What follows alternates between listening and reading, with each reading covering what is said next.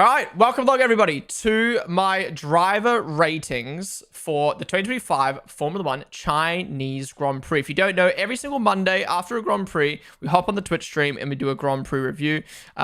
We look at the highlights, we look at the drivers' reactions, we do look at F1 Fantasy, F1 Predict, we look at Discord, look at all the news, and then at the end of the stream, on both Twitch and YouTube, we do our driver ratings. Now, how this works is we basically go through, talk about each driver's performance over the course of the weekend. We don't just talk about the race, we talk about the weekend as a whole. So in this case, all 4 sessions, sprint qualifying, and the race. And we kind of rate the drivers together. I kind of give my ratings, but we kind of like talk about it and kind of come to a conclusion on a rating.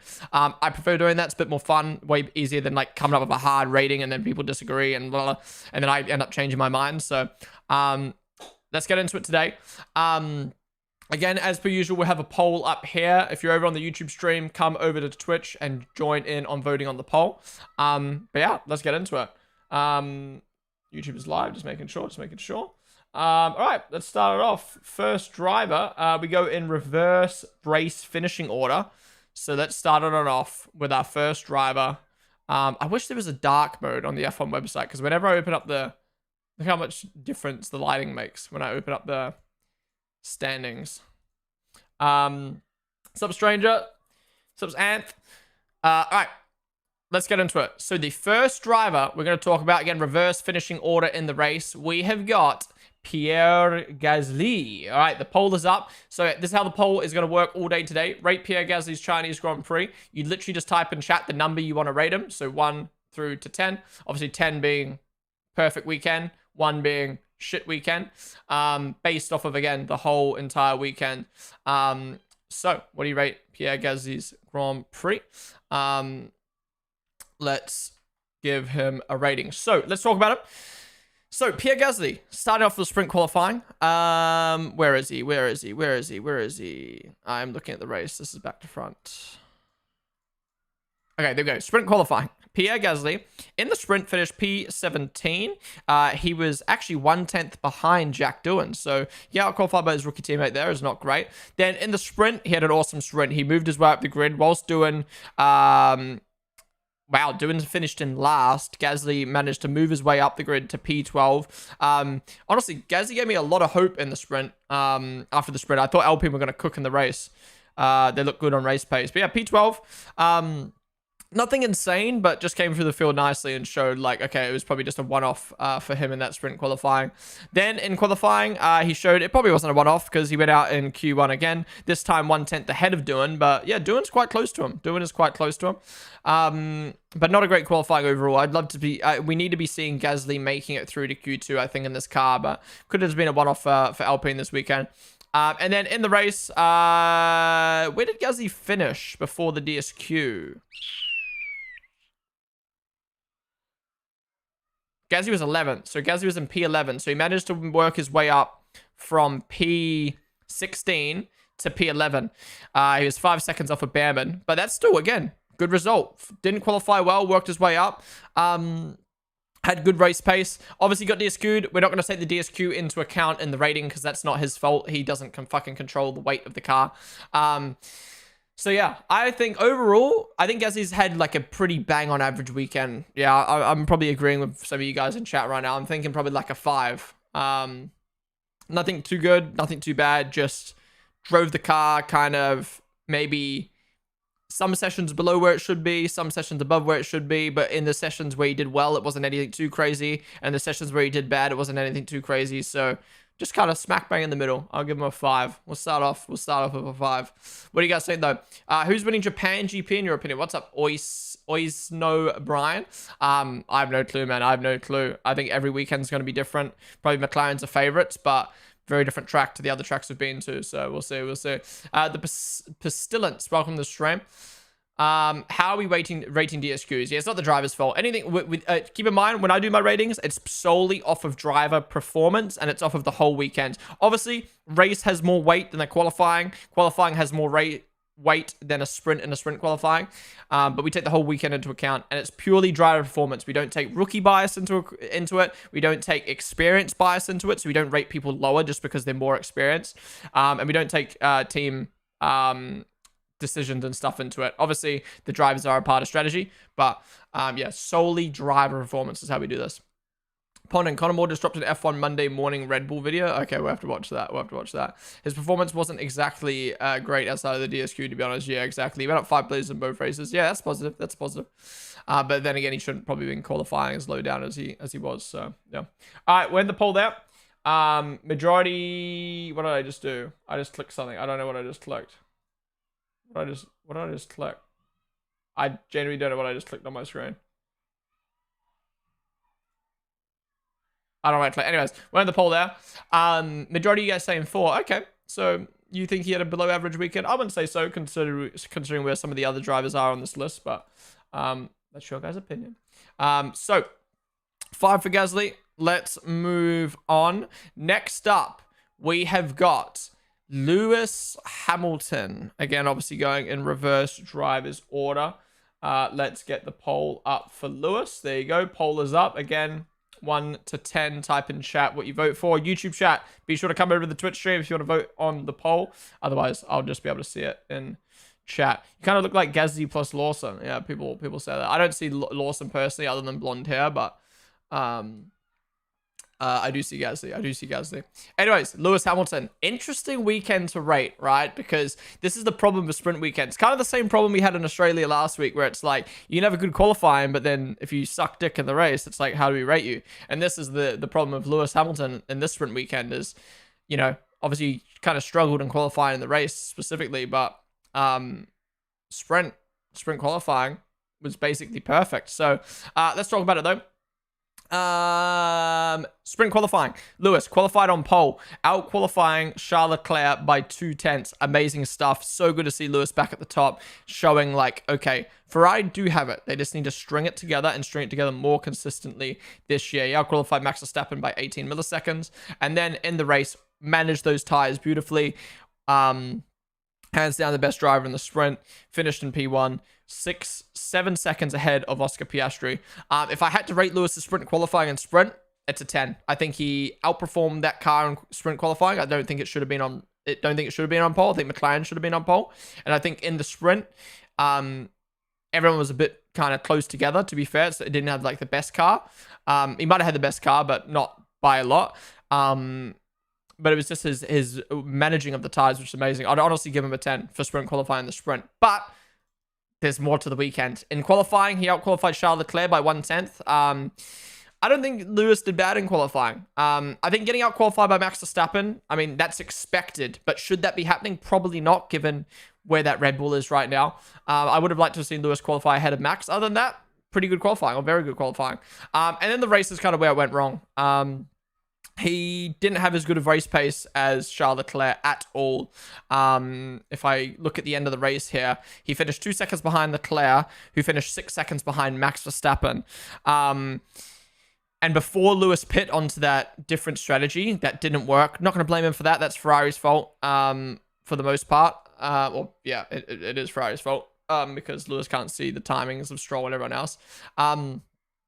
I think his race pace sucked yesterday. I don't think his race pace sucked to the point where Leclerc had front wing damage. Again, by now we know the front wing end plates don't really do much to performance. So I don't think that, you know, it takes too much into account. But yeah, I just think his race pace was kind of weak. It wasn't terrible, but I just think it was kind of weak. And I think if his race pace was better, he could have finished ahead of Leclerc at the end of that race. But yeah, overall, I think it was a pretty solid weekend. It's hard because I feel like the race pace was poo, and I feel like if I give him a high rating, it's not reflective of his race performance. But then again, sprint qualifying and sprint was perfect. Qualifying was good. I don't know. What do you guys think? 8 because he won the sprint. Alpine is literally the same shit every season. They either have a bad start and great end of the season, or the other way around. Yeah, it's crazy how some teams are so consistent year after year. Race should always matter more. Yeah, exactly. What are these troll polls? What would you vote then, Patty? What would you vote? Or what did you vote? I can't see your vote in chat. He won sprint but didn't qualify in top 4 for race and didn't gain much during the race. Yeah, it's tough. I'm thinking maybe like a 7.5. I think again, if you look solely at the sprint qualifying, it's amazing. If you look solely, like, let's balance this out, right? 10 for sprint qualifying and sprint. Race and qualifying. Qualifying, I'd probably give him a 8, 7.5 relative to where that car was. Maybe let's say 7. And then race is probably like a 6 or a 5. So that probably balances out to about a 7.5, 7.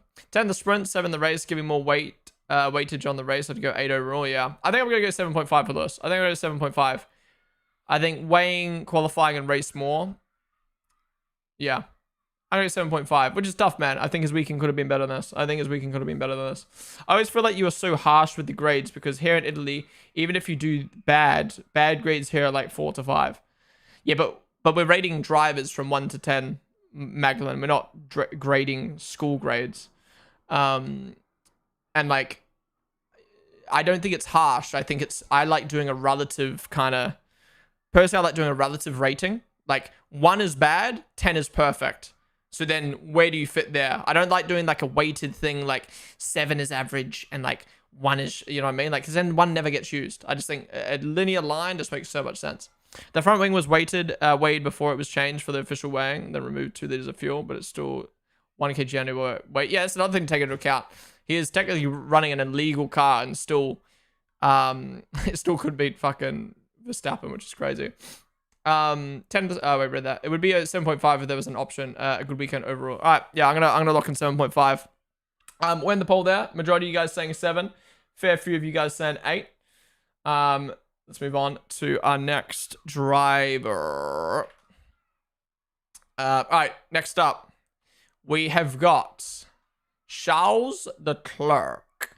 Poll is up for Charles. What do you rate Charles Leclerc's Chinese Grand Prix? Let's talk about it. So, sprint qualifying. He qualified P4. He was 0.2 off of Lewis Hamilton and 3 positions down or 4 positions down. Okay, if someone qualifies first and someone qualifies 4th, are they 3 positions down or 4 positions down? Am I dumb? Because it's like 1 plus 3 is 4. But like, you know what I mean? You gotta overtake 3 cars. It'd be 3, right? It'd be 3. Wait, no, don't type it in chat. Fuck, wait, we might have to redo the poll because everyone's gonna start typing out 3, and now Lewis is gonna get a low rating on the poll. Anyways, back to Charles. 2 tenths down on his teammate, 3 positions below. No, it would just be a couple. But ignore the 3. Ignore the 3. Ignore the 3.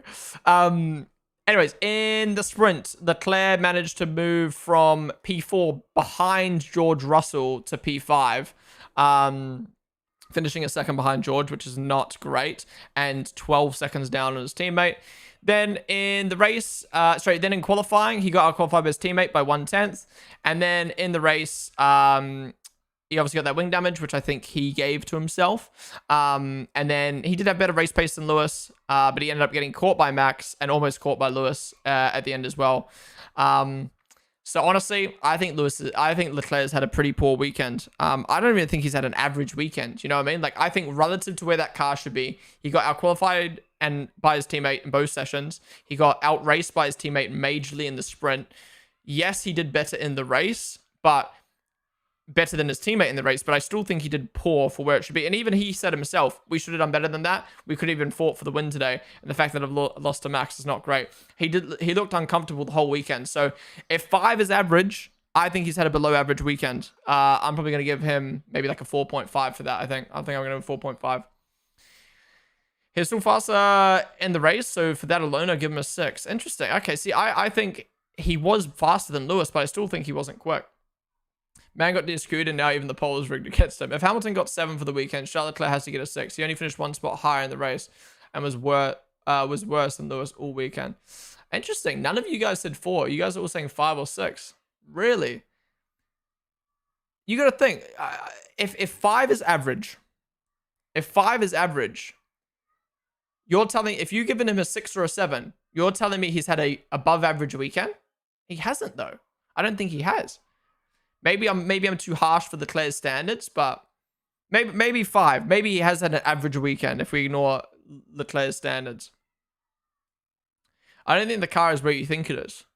But in the sprint, it was where I think it is because Lewis put it on pole.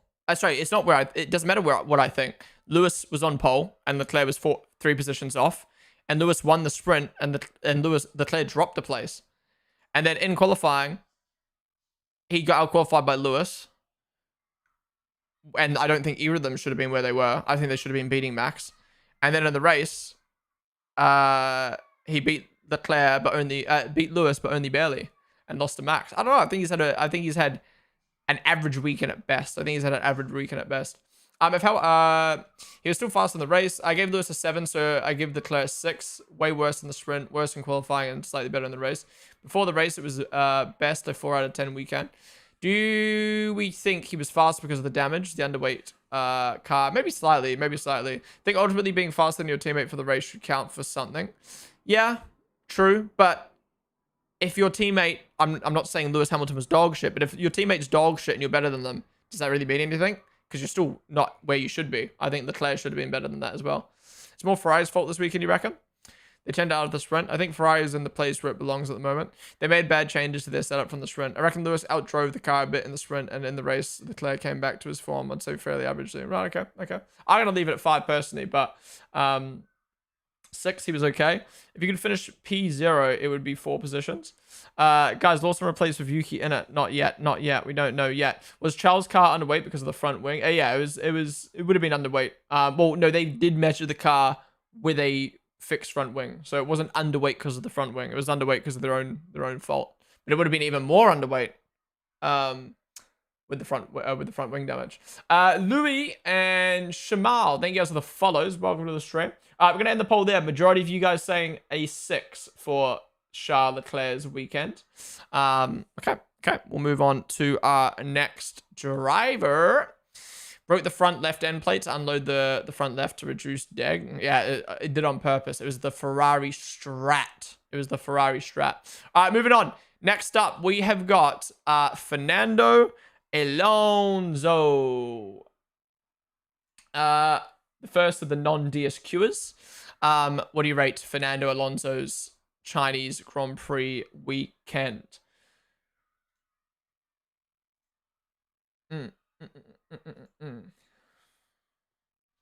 How do we rate a non-race low? Yeah, that's true. It's hard. But in a normal weekend, I would give him an inconclusive. In a normal weekend, I'd give him an inconclusive because he didn't really do the race.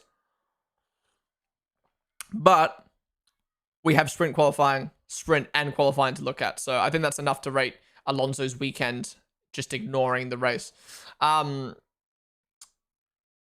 Let's talk about it. So Fernando Alonso, he qualified P11, 1/10 behind Lance Stroll. Again, I don't look at drivers' individual levels and rate them lower based off of where they should be. But looking at Lance Stroll's level and comparing Alonso to that, being 1/10 off of Stroll is not great. Missing out on Q3 while Stroll's make it through to Q3. At the end of the day, P11 isn't too bad. He outqualified Ollie Behrman by a 10th. He outqualified Carlos Sainz, Bortoleto, and Hadja. In the sprint, what happened to Alonso in the sprint? How has he finished 14 seconds behind Stroll? How has he finished 14 seconds behind Stroll? Have I missed something? Alonso lost 13 seconds. Yeah, how?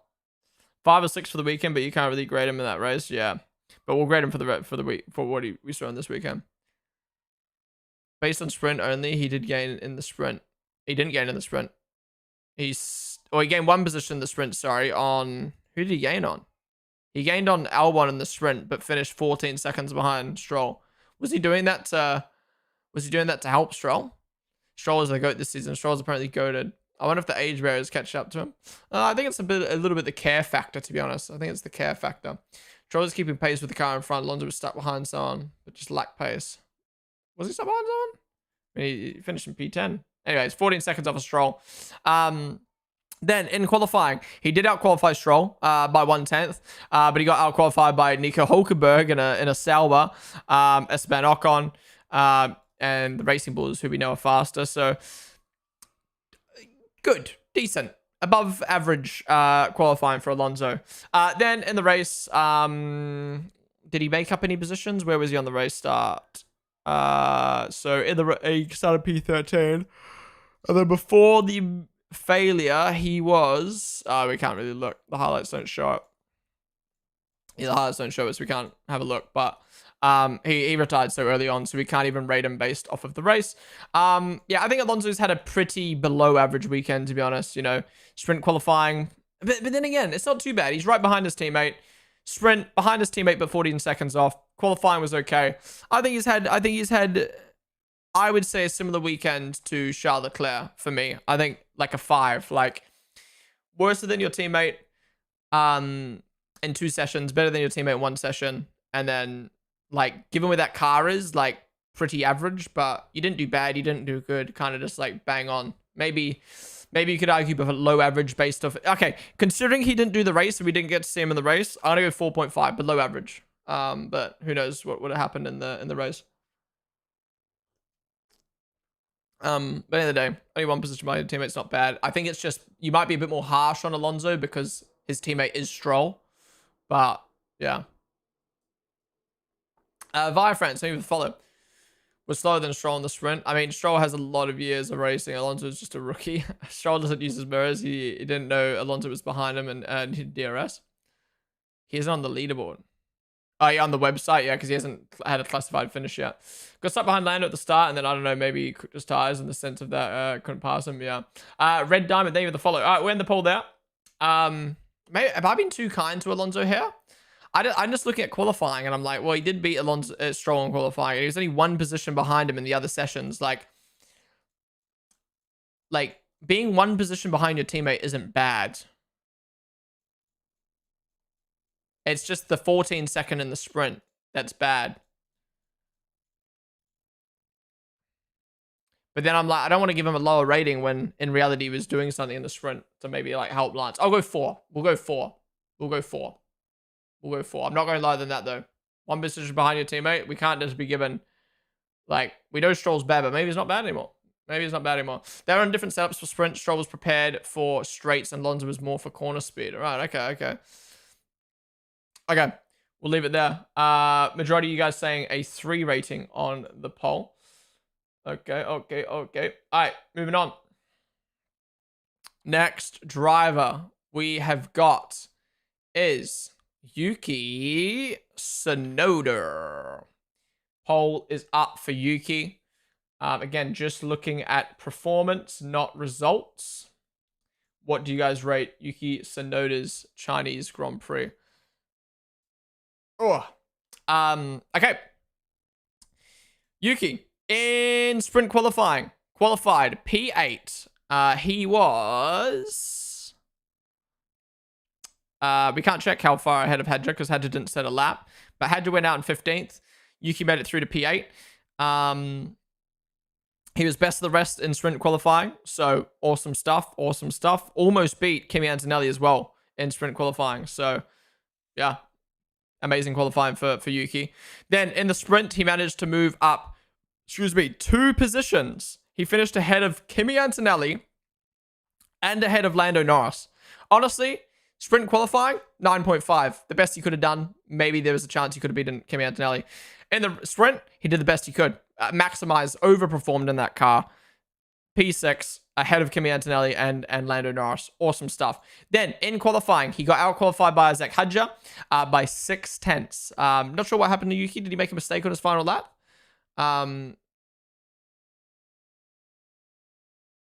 Not sure what happened to him in qualifying, but still. Got out-qualified by his teammate by 6/10. He still out-qualified Albon, though. But yeah, there was a potential to not only out-qualify Antonelli, but out-qualify Hadja. And Hadja was only 50 milliseconds off of Leclerc and Lewis. So there's a world where if Tsunoda didn't fuck up that last lap, he could have qualified in P5. But we'll never know. Then in the race, if I just skim through the highlights to have a look at where he was sitting before that problem happens. Well, first off, they did a fucking shit strategy. But before they pit him, he was running in P8. 2 seconds behind Stroll, who was going to pit soon. So he would have finished best of the rest, but they decided to pit him and do this dog shit strategy. And then he struggled to come through the field. Maybe you could argue Tsunoda probably should have done a little bit of a better job coming through the field with those fresher tires, but I think overall it was just a dog shit strategy from VCARB, which he had no part of, just like Lewis. Like, usually I say, well, strategies are 50-50, but he can't look at Stroll's tires and be like, well, we shouldn't pit here.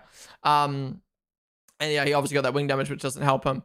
Yeah, true, no one came through the field, so you can't really diss Yuki for that. So yeah, I think, honestly, Yuki's had a fantastic weekend, performance-wise. Best of the rest in the sprint qualifying. Best of the rest, even outperforming some of the top guys in the sprint. Obviously underperforming in qualifying, but still made it through to Q3. And then in the race was outperforming his teammate, outperforming Antonelli, outperforming Ocon, and then they did dog shit strategy. Honestly, I'm probably going to say for Yuki, I'm going to knock off 0.5 for just not doing so great after he pit, and probably like 0.5 for quali, and 0.5 for the potential in the other sessions. I don't know. I'm thinking maybe 8.5 or 9. I'm thinking 8.5 or 9.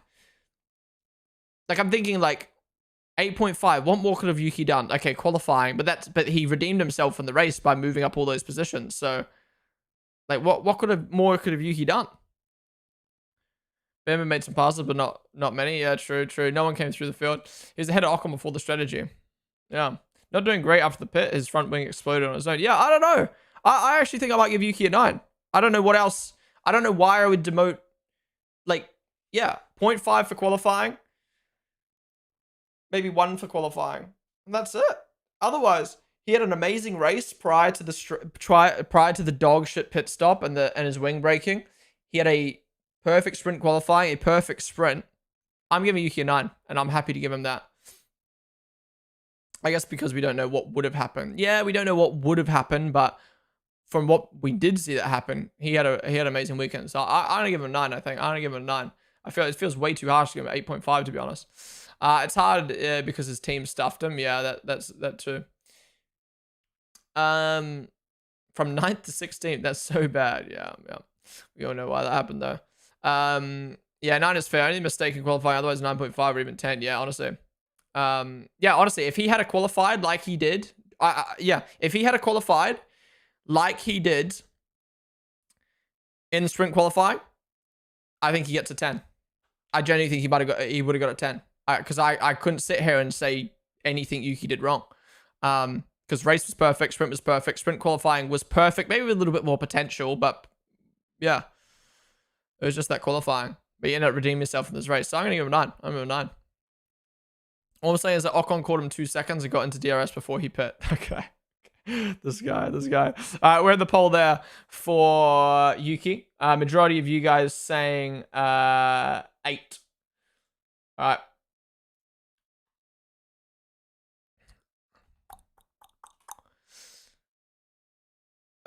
Wait, what did I rate him? 9. Do you race or something? What qualifications do you have to rate F1 drivers? Sorry, Phil. I didn't know you had to have a fucking PhD in racing to give your opinion. Shut the fuck up, bro. All right, next up, we have got Nico Hülkenberg. All right, what do you guys rate Nico Hülkenberg's Chinese Grand Prix? All right, Nico. Oh, man, he's living rent-free in my head now. He's rattled me. All right. Nico Hülkenberg. So in sprint qualifying, Nico qualified P19. He was 1/10 down on Bortoleto, but Bortoleto went on to qualify P14. So, yeah, Hülkenberg was 5 positions behind Gabby. Again, the driver themselves, we don't rate based off of their level, but you can rate them based off of other people's level. And I think Bortoleto as a rookie should not be out qualifying Hülkenberg yet. So I think it's a disappointing sprint qualifying from Gabby. From Hülkenberg. But then in the sprint, Bortoleto dropped. Hülkenberg kept position. I don't know if keeping position ahead of Jack Doohan is good though. Yeah. Poor sprint qualifying. wasn't able to do much in the sprint because of where his car level's at. Then in qualifying though, he qualified P12, which was this time 2 tenths ahead of his teammate. Kind of opposite to what Bortoleto did, where it was very tight, but Hulkenberg made it through to Q2 and ended up being 7 positions ahead of Bortoleto. Then in the race, Hulkenberg dropped. Ended up finishing P15, obviously ahead of Leclerc, Lewis, and Gasly, who got DSQ'd. So if you ignore that, he would have finished P18. He would have finished P18, only beating Yuki. He finished behind Bortoleto in the race as well. At the end of the race, what was their times? He finished 9 seconds behind Bortoleto too. What happened? Oh, he got floor damage, didn't he, from lap 1? They both spun off. Yeah, look, obviously we know that car is bad. And we know that this probably isn't just Hulkenberg driving bad. But at the same time, like, whether you have the car or not, I would have liked to have seen him beating Bortoleto in sprint qualifying. I don't know, it's a hard one. Because in qualifying, he dominated. Well, not dominated, but outperformed Bortoleto. And in the race, he got floor damage. It's a really hard one to rate. It's a really hard one to rate. Had a mistake in lap 1. Yeah, he did have a mistake, to be fair. So did Bortoleto, though. Yeah, I don't know. I don't know what to rate him. What do you guys think? Below average weekend, in my opinion. Not the best. He had an awful lap 1. Yeah, he forgot what road was on lap 1. Doing passes people the same way in iRacing, so I wasn't surprised. He was literally just there. It's a 5, maybe a 4. No iRacing shaming, bro. Wait, what's what is it doing on iRacing? Yeah, the car is booty. The YouTube thumbnail is so funny. Yeah, I take the YouTube thumbnail before the stream for the driver ratings. I don't know. I want to go live on YouTube more. But I hate going live. I hate worrying about a thumbnail for a YouTube live stream. So all my YouTube live streams at the moment is just like, it's literally the same fucking face. And all I do is change the flag in the picture because I cannot be fucked doing a thumbnail every single time for a YouTube video. I need to get a proper template done. But for driver ratings, I just took the winner of last week and just, I don't know, posed my face. And then this week, I was like, who's the most controversial one? So I just picked Liam. I think that's better than having like some like driver ratings like looking template thingy. But I do need to get these cleaned up. Like, this is my old hair. This photo is from 2023. I need to get that cleaned up. But YouTube thumbnails, I'm loving the YouTube thumbnails as well. New format for the live reactions thumbnails as well. I tried Mr. Beast. Okay, so this thumbnail, everyone's like, it's Mr. Beast. It's like, okay, this is meant to be a YouTube live. This was actually meant to be a YouTube live stream thumbnail, but then the YouTube live stream got taken down, so I just used it for the YouTube video as well. But yeah, I'm loving the thumbnails. Dude, someone literally used this thumbnail in a Liam Lawson hate TikTok. Are you kidding me? Anyways.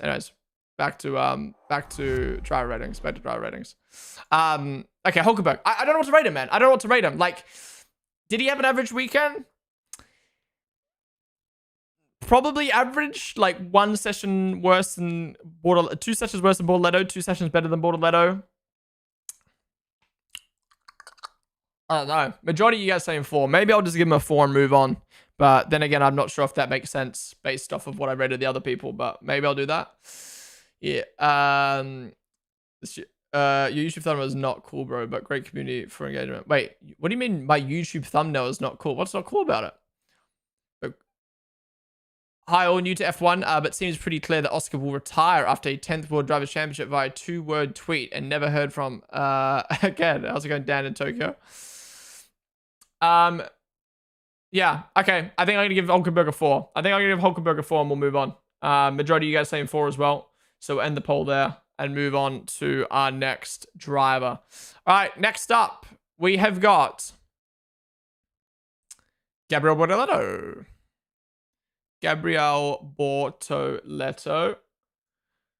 All right, poll is up for Bortoleto. What do you rate Bortoleto's Chinese Grand Prix? Guys, if you're just tuning on in, we are doing our driver ratings for the Chinese Grand Prix. Every single Monday after a Grand Prix weekend, we do a review and driver ratings. If you're over on YouTube right now, come over to Twitch, because that is where the poll is for you guys to get your votes in. Otherwise, keep chilling in the YouTube chat. Okay, Bortoleto. Sprint qualifying. Bortoleto out-qualified Hulkenberg. We literally just spoke about it by 1/10. Made it through to Q2. Also out-qualifying Isaac Hedger. But then in the sprint, dropped. Still finished ahead of Hulkenberg, but dropped from his P14 down to P18. Then in qualifying, he got out-qualified by Hulkenberg by 2/10. So the exact opposite. Went out in 19th. Hulkenberg went out in 12th. And then they ended up swapping positions in the race at the end because Hulkenberg had damage. They both went off the track. What do you think about it? Bortoleto also went off track way worse. Yeah, I think if we give Hulkenberg a 4, I'm probably going to give Bortoleto a 4.5. He just did a little bit better. He did a little bit better, obviously, in the sprint qualifying and sprint. In the race, though, basically neck and neck. Hulkenberg had damage. We'll give him a 0.5 just for the sprint qualifying and the sprint. Other than that, they basically had the same weekend. It's the same as last year, right? I said it every single year. I say it every single time. It's so hard to rank the backmarker team, specifically when the drivers are close, because it's like, well, you don't really have anyone to compare them to, and they're just at the back, and they're just shit. So yeah, we're just going to have to give them a 4.5 and move on. It's too hard. It's too hard. What's up, Ket Chopper on the stream? You got Jack doing 2 in the sprint. Yeah, true. Thank you for the follow as well, Ket Chopper. All right, I think we'll leave the poll there and move on. Majority of you guys saying 5. Maybe that's just because you want to say 4.5, but either way, yeah, we'll move on. All right, next up, we have got Jack Doohan. All right, what do you rate Jack Doohan's Chinese Grand Prix? Vote on the poll. Hulk absolutely owned Kevin most of last year, so being so close ain't bad. Yeah, true. That's a good point. All right, Jack Doohan. Another interesting one to talk about. In sprint qualifying, he went out in 16th. He out-qualified Gasly by 1/10. But then in the sprint, Gasly moved up the field to P12. So moved up, 5 positions. Meanwhile, Doohan dropped down to last after having a crash on that final lap. With whoever it was. Was it Bortoleto? Yeah, Bortoleto and Hulkenberg, whatever the fuck happened there. His race pace was also just like kind of weak. Then in qualifying, he got out-qualified by Gasly by only 1/10. Again, relative to where he should be qualifying, I think only being a 1/10 off of Gasly ain't too bad. But again, it's still 1/10 off of your teammate. Excuse me. And then in the race, he managed to finish P13 ahead of Bortoleto and Hulkenberg. Well done. But prior to Gasly's DSQ, he was 7, 9, 10 seconds behind Gasly. Again, not too bad. Not too bad for where Doohan should be. But again, ignoring rookie bias, he's 10 seconds off his teammate, 1/10 off from qualifying, had a poor sprint. It's a pretty weak weekend. I'm probably going to give Doohan maybe like a 3. I'm going to give him a 3. You know, we'll give him a couple points for being close to Gasly. But overall, I think it's a pretty poor weekend. Yeah, maybe there's an argument for a 2.5. 2.5 because it was racecraft. Yeah, true. Kind of let, well, it was more Liam's fault, to be honest. His qualifying pace is decent. He can match up with Gasly, but his race pace is just horrifying. His sprint performance was really bad. Yeah. The more I think about it, maybe it is a 2.5. It wasn't that bad though, was it? Like, he brought the car home in the race. He was close to Gasly in the qualifying. It was just that sprint that let him down. If we just wanted the sprint, it would be lower. I think if we ignore the sprint, it would be a little bit higher. So I'm gonna leave him at 3. I think. No crashing is undervalued. Yeah, I agree. It's very undervalued. Especially nowadays where, like, look at yesterday's Grand Prix, right? The 2 first Grand Prix this year, if you just keep your car on track, you get points, right? Basically, if you just keep your car on track, you get points. So, especially if you're in a Williams or a V car. Well, unless you're a V car, you get fucked by the strategy. But you know what I mean? Like, basically, any car keeps their car on track, they have a chance of getting points. Whether it be pens, whether it be DSQ, whether it be retirements, crashes. Yeah. It amazes me how Doohan doesn't even get any media coverage in Oz. If Aussies aren't good, they aren't talked about. Yeah, it's weird, man. It's weird. Also, if Aussies go overseas, they don't get talked about. I use this reference a lot, but like 5 Seconds of Summer went overseas, obviously, and became very popular in America and like had a few songs on the chart. Same with Kid Leroy. But then they come home. But then when they like at the like ARIA Australian Music Awards, they just don't win. You know what I mean? Like all these like I remember Guy Sebastian. I'm fairly sure Guy Sebastian, who I don't even think I heard a single song from him, won Artist of the Year over Kid Leroy, who had the biggest song of the year and 5 Seconds of Summer. And it's just like, I don't know, Australia have this weird thing of like, unless you're doing good and unless you're doing it in Australia, it's just like soz. Whereas like, I don't know, like we should be embracing Australians who go overseas. And that's why Kid Leroy, I feel like, barely talks about himself being Australian anymore. Because it's like, oh, my country don't care, so why should I care? And that's established in Oz first, like Scotty Mac or SVG. Harsh to say, but Doohan is a bit of a dead personality compared to the others. Really? I think Doohan's like a really top Australian bloke. I think he's a nice guy. I don't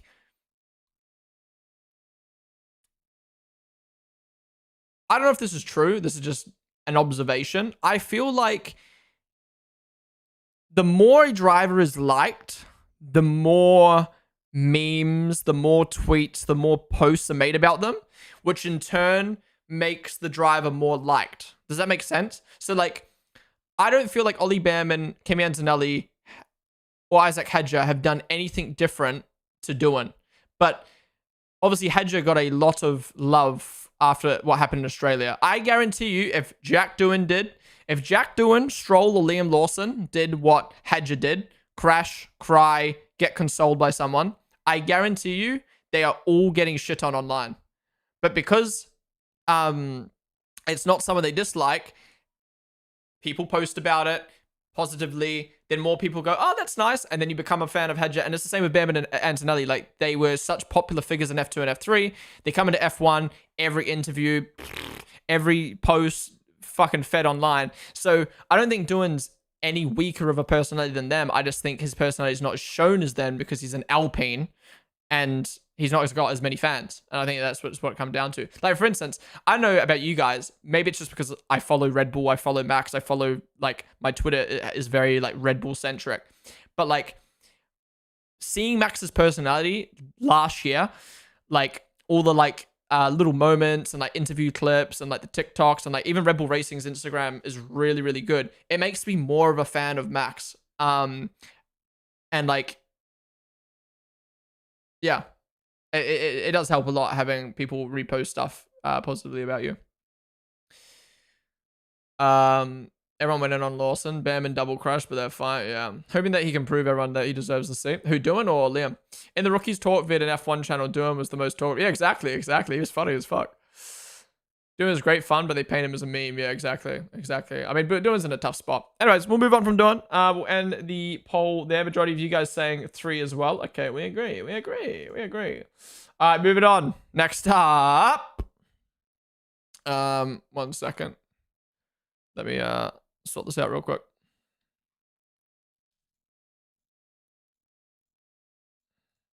Sorry, I'm just clearing the drivers we've already done so I don't have to keep scrolling down.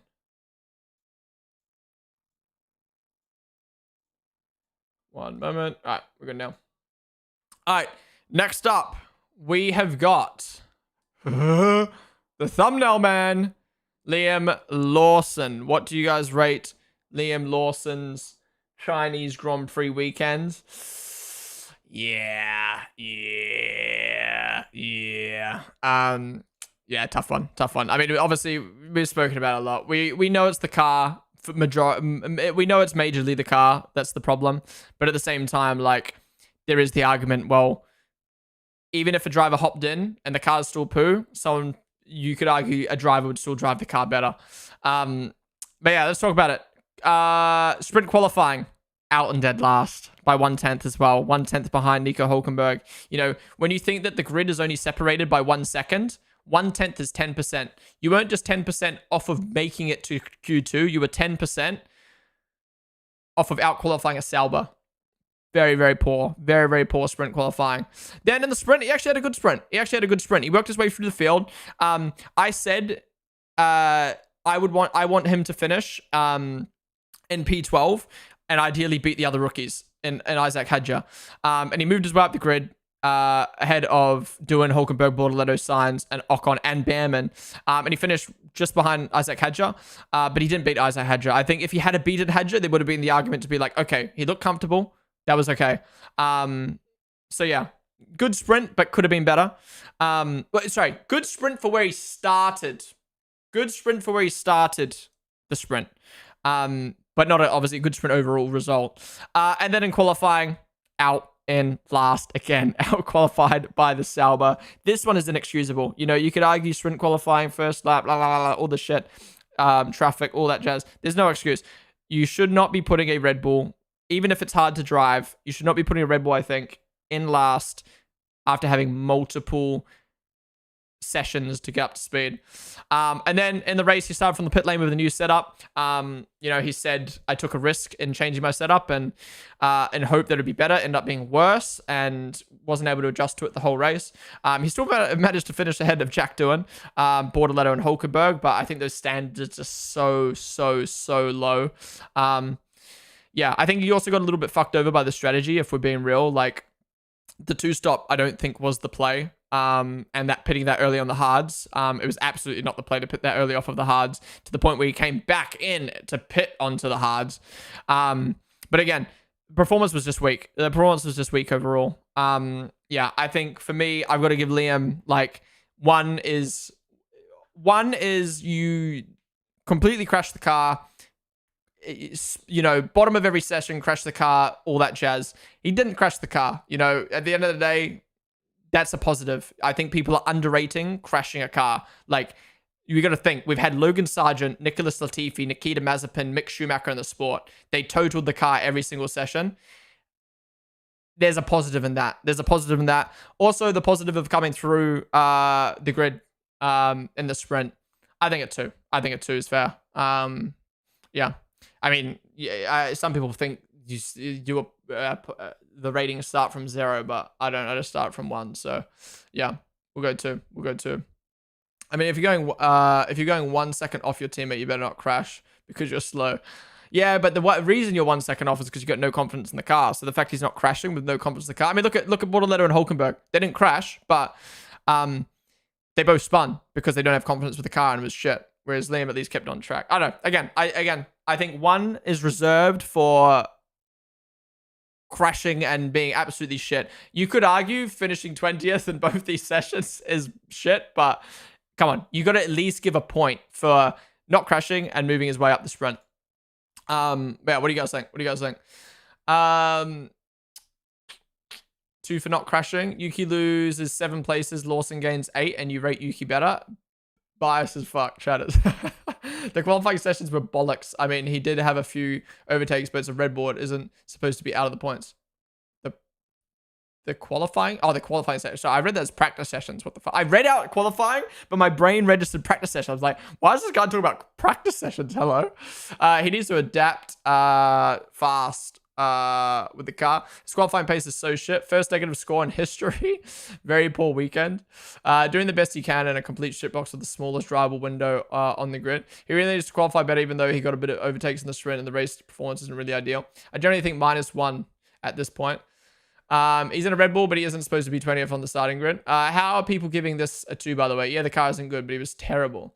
One of the only 4 2-stops. He got a terrible strategy. The car is a problem, but a P20 quality is just in a Red Bull is insane. Not going fast enough to crash. Wasn't really strategy to give him an advantage. More like they weren't trying to find something. They were trying to find something that works. Yeah. I mean, if you're going 1 second for your teammate, you better not crash.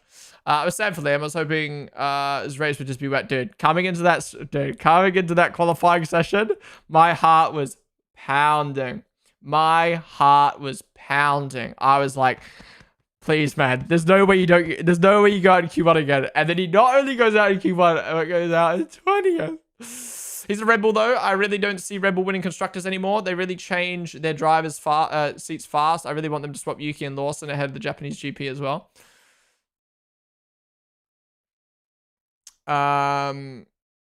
This car is low and eats the front tires and is switchier. Giving 2 is too much. Look, I think if you think put it this way, if you think the car isn't that bad as you think, and you think Max is driving the car where it should be, fair enough. I completely agree. It's a 1. But if you think Max is outperforming the car and you're going to give Max a very high rating, I don't think Liam is underperforming the car as much as you think. And I think the fact that he was able to move up the grid in the sprint and was able to stay close to the field. Yes, he was 20th, but close to the field. I think a 2. I think a 2. That's just my opinion. That's just my opinion. I think not crashing the car is very underrated. This is how fickle the F1 community is. We've already forgotten that we had rookies like Mazepin, Latifi, even Stroll in recent years, Yuki Tsunoda in 2021. All these drivers who crashed the car. Nick De Vries. All these drivers. I just named over a handful of drivers who do worse than what Liam is doing right now. Yes, qualifying last is bad, but yeah. Being that slow that far off your teammate is worse than full-on crashing? No? Are we being for real? Being slow is worse than crashing. Is he slow, though? I mean, a second off your teammate, but Checo was a second off his teammate. It was a second off. I think you guys are comparing Liam way too much to Checo. Checo had 4 seasons in Red Bull in the best car on the grid, in a grid that was spread by 2 seconds. Liam's in a Red Bull that isn't the quickest on the grid. The grid is spread by a second, and he's in his second race for the team. I mean, yeah, obviously I did say we don't take like levels into it. Anyways, I don't really want to talk about Liam. We spoke about Liam all weekend. My opinion is, I think it's a 2 for where he finished in the sprint. We could even, you know what? I'll go 1.5. I'll go 1.5 just to please you guys. But I'm not going the lowest rating. I'm not going the lowest rating. You can't say a man make up positions in the sprint and not crash to the car deserves a 1 rating. The problem is that Mick Schumacher, Mazepin, and Latifi were in lower field cars like Williams and Haas, but Liam is in a Red Bull. Again, I think it just depends on your opinion of what you think this Red Bull is. I think it depends on what you think the Red Bull is. Is he slow last on Red Bull? New Will Buxton. We will see how Yuki does in that car in Japan. Yeah, I honestly hope for a swap at this point. Lapped by Max, by the way. Did he get lapped by Max? I don't know that if that was the case. Outperforming the car is a contradiction in terms. You can only get most out of the car. Ooh. What do we think about that? That's an interesting topic. We talked about this very slightly earlier on the stream, Battlehawk. Battlehawk says, outperforming the car is a contradiction in terms. You can only get the most out of your car. You can never outperform a car.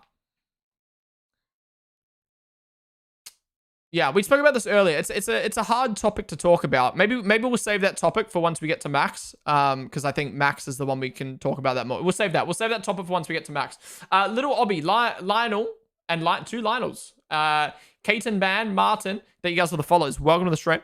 All right, we'll move on from Liam. You guys split between 1 and 2.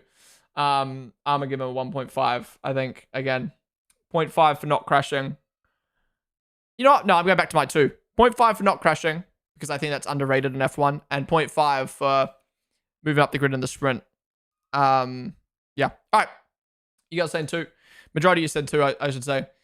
Let's move on to our next driver. Next up, we have got Isaac Hadjar.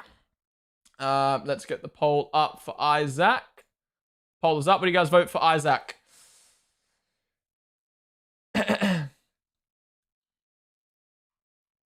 What it did for me was the 2 P20s in qualifying in a row. His race pace is mid at best, but his qualifying pace is so slow. Yeah, you can't. He's trying to string that car together at the moment.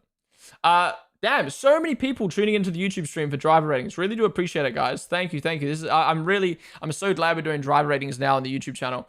If you are on the YouTube channel, again, just to remind you, the poll only works if you type in chat on the Twitch chat. So if you do want to have your vote, have your say, come over to the Twitch chat. All right, while you guys vote on Isaac Hadjar, I'm just going to quickly shut my curtains. I'll be back.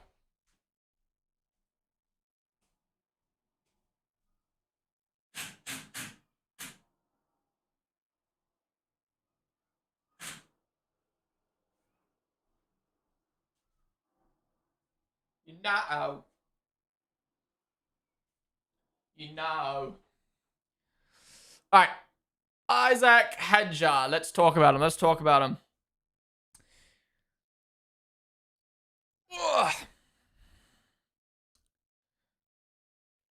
Okay, so in sprint qualifying, Isaac Hadjar qualified P15. What happened to Isaac Hedger in the sprint quali? Why is it say he didn't do a lap? Did he make a mistake? What happened? Australia, you let both him and Yuki down? Yeah, absolutely. He made a mistake in sprint qualifiers on that he was well up there. Yeah, what happened there? What was the mistake? Mistake turn 1 and then towed Yuki. Ah, okay. All right, so sprint qualifying. There you go. He made a mistake and then decided to back out and help Yuki. That helped Yuki probably make it through to Q3. Looking at the Q1 times, though, Hedger out-qualified Yuki by 2/10. So his qualifying pace was there. You know, we saw it in normal qualifying, but we saw it in the sprint qualifying as well. The pace was there, just making a mistake, which wasn't great. Then in the sprint, he actually lost a position. No, sorry. He made up 2 positions. My bad. He made up 2 positions and finished in P13. He moved through the field quite nicely. I think he must have dropped a place off the start or something because, yeah, he came through the field quite nicely, did some overtakes, was racing Behrman really, really good well, and I think it was Ocon as well he was racing pretty nicely. And then in normal qualifying, that's where he shined. Out qualifying Yuki Tsunoda by 6/10. I think Yuki might have made a mistake or something. Regardless, out qualifying Yuki, so got that payback for his sprint qualifying mistake. But he out qualified Kimi Antonelli as well, and was only 50 milliseconds off of the Ferraris. I think that's an awesome effort in Isaac in qualifying. Honestly, I think that's probably the best he probably could have gone in the car. Like maybe there's an argument, just a few more milliseconds in the lap, you beat the Ferraris, but still. Yeah, awesome stuff from Isaac Hedger. And then in the race, he managed to finish P11 post-race. Minus the DSQs, it was P15. Only 2/10 behind Doohan. But wait, did he manage to get Doohan? Oh, he got Doohan on the last lap. Wait. What happened? Wait, did something happen on the last lap? Look at this. Doohan, Hedger, Lawson. Doohan. Oh, he had a pen. The pen. I forgot about that. So Doohan actually didn't do too that bad then, if you ignore the pen. Interesting. Okay. Okay, prior to the pit stop, where was Hedger?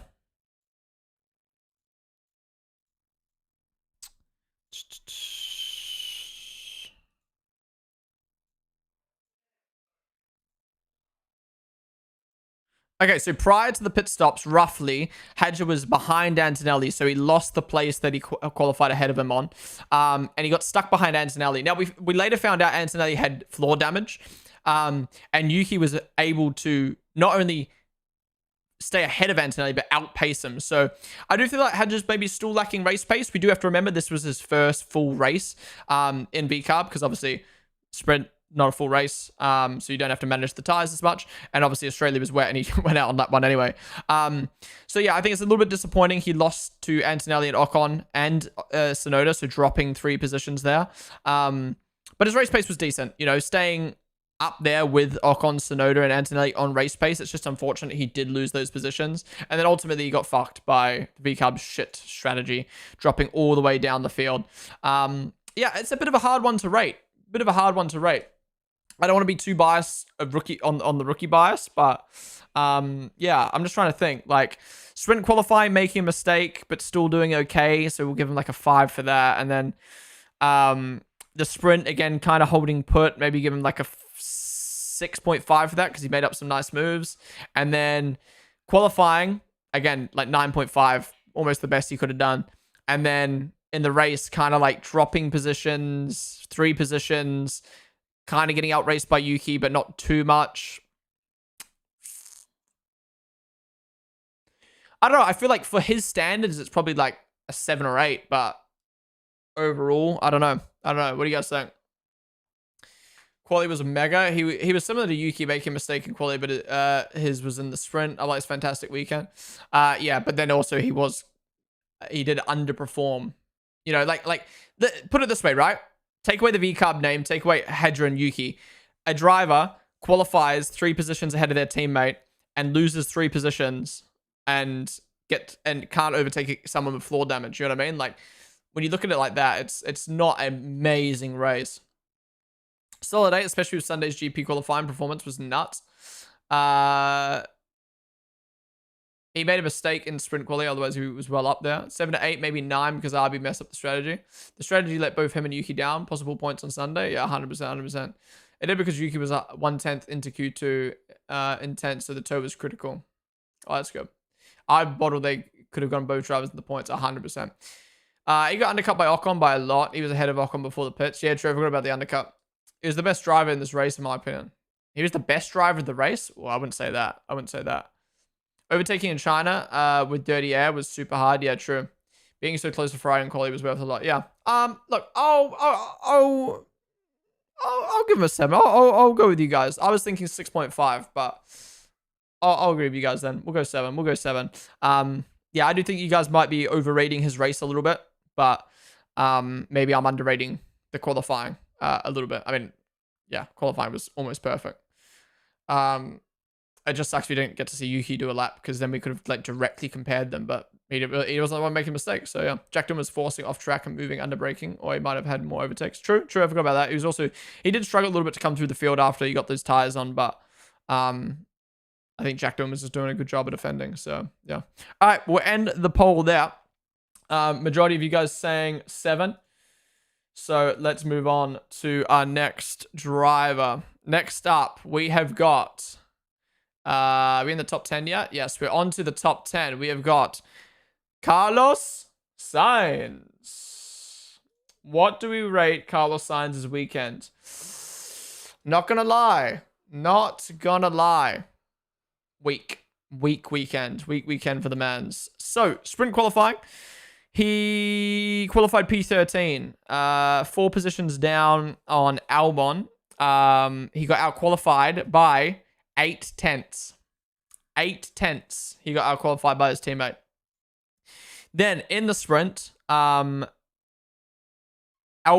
dropped down the field, but so did Sainz. What happened to Sainz? How did Sainz drop?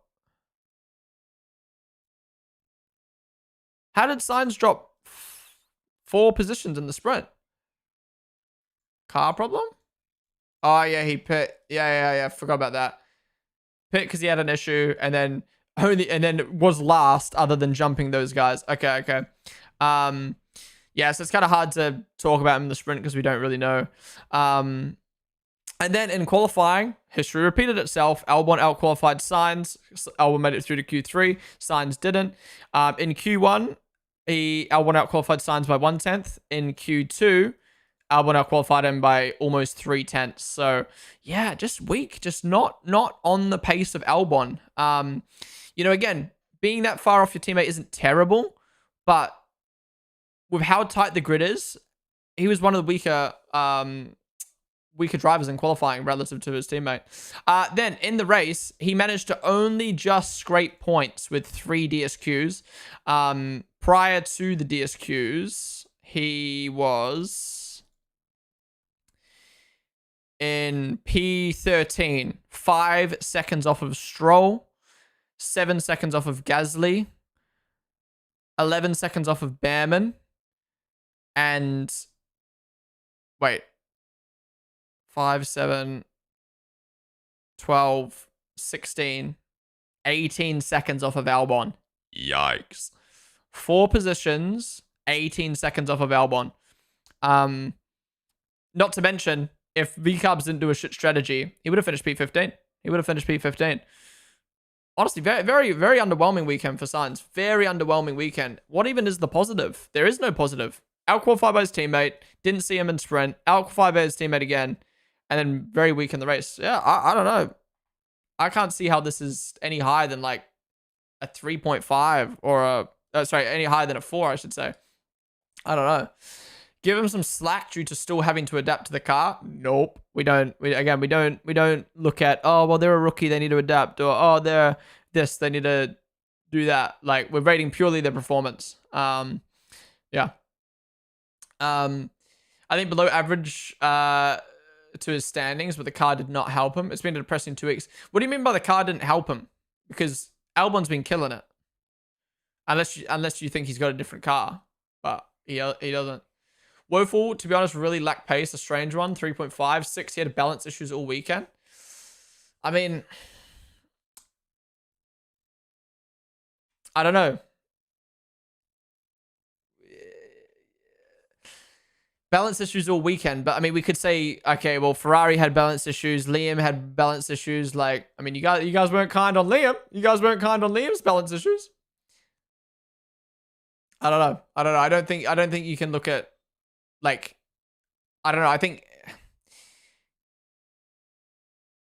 I mean, it's hard, right? Because maybe I'm contradicting myself, saying like, oh well, the car's hard to drive, but the Red Bull's hard to drive, but I'm not taking that into account for Williams. But I don't think the Williams is hard to drive. I think Sainz just off the pace. Like, yeah, he's dealing with balance issues, but maybe he's just not getting up to speed with the setup as well as he should. What is he guys saying? Stop Kim on the stream. I mean, he's responsible for the balance as well. Yeah, that's what I feel like. I feel like you gotta get that car up to speed, especially by 4 sessions into the weekend. He was P19 before final lap doing taking him down in the sprint.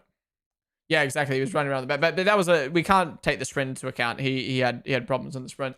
1023 Nick Henry, thank you guys for the follows. Welcome to the stream.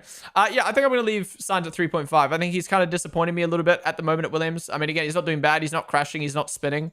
At least this week he wasn't. But yeah, he's not really making overtakes. He's kind of moving backwards. He's getting out qualified by his teammate, not by just like one place, but like multiple positions.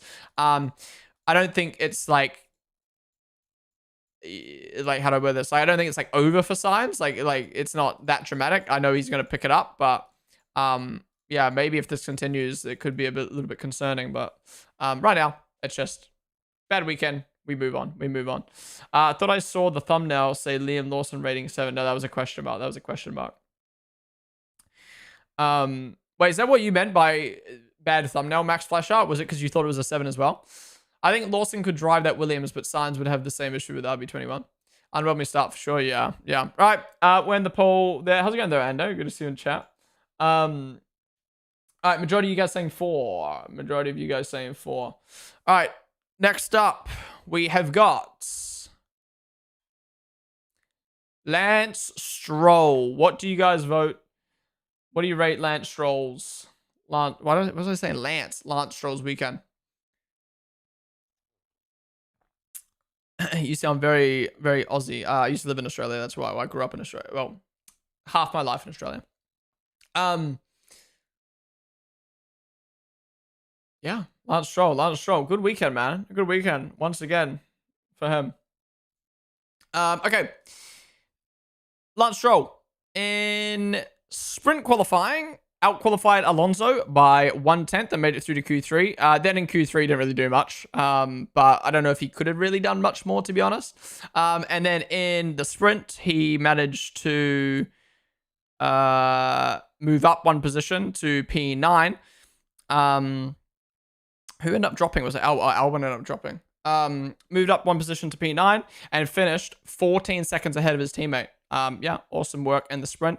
Then in qualifying, he got out-qualified by Alonso this time by 1/10, down in 14th. So not a great qualifying. I think both Astons could have done better, and he could have done better by getting close to Alonso. And then in the race, he was amazing, man. He is amazing. He pushed that 1 stop, all those hards for such a long time, managed the tires beautifully. Basically showed every other team that the hard tires were usable to go long on and to do a 1 stop. So his own strategy kind of got fucked by his own goodness. Prior to the DSQs, he was going to finish in P12, 2.9 seconds off of Gasly. But I think overall he had a good weekend. I think overall he showed good pace. I think he was better than Alonso. I think the thing that makes this tough is like Stroll got fucked over by the strategy, but we can look at how good his race pace was. But then again, we can't compare it to Alonso. So, yeah, good weekend overall. Good weekend overall for Stroll, I think. Good weekend overall. I don't know what to rate him, though. It's tough. Like, beat his teammate, made SQ3, moved up a spot in the sprint and finished way ahead of his teammate. So if we're rating him for the sprint and sprint qualifying alone, maybe like an 8.5 or a 9 maybe.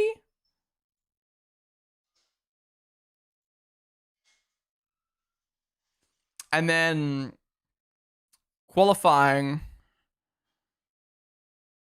was kind of weak and the race was good. I don't know. I can't remember what I gave I can't remember what I gave. Who was the person I gave 7.5 earlier? I think I gave Lewis like 7.5.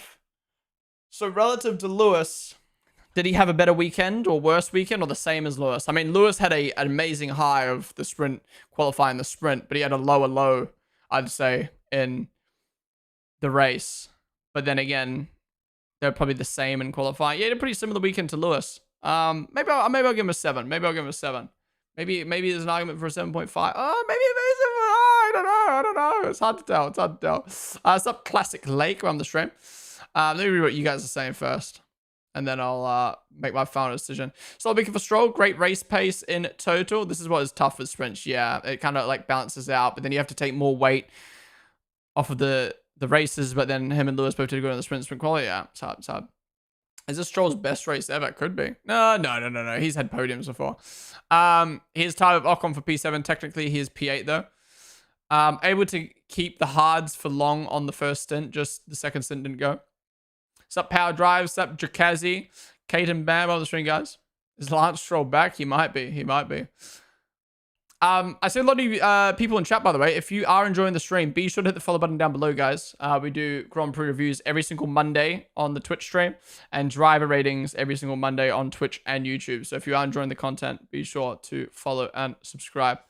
Did you do much worse than Yuki? What do we rate Yuki? I can't remember what we rated Yuki.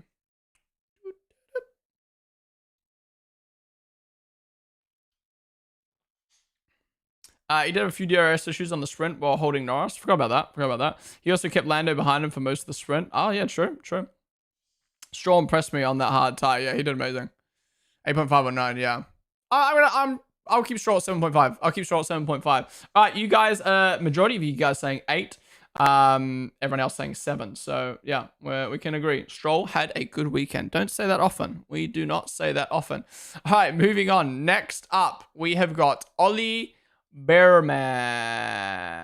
What do you rate Ollie Bearman's weekend?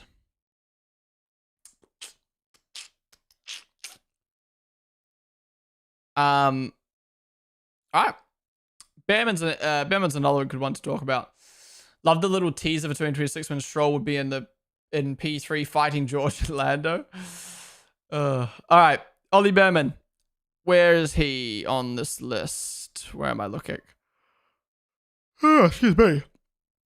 Yeah, ciao. Okay, Ollie Bearman, P12 in the sprint qualifying. He out-qualified Ocon by 4/10. So that's a really good sprint qualifying from Bearman.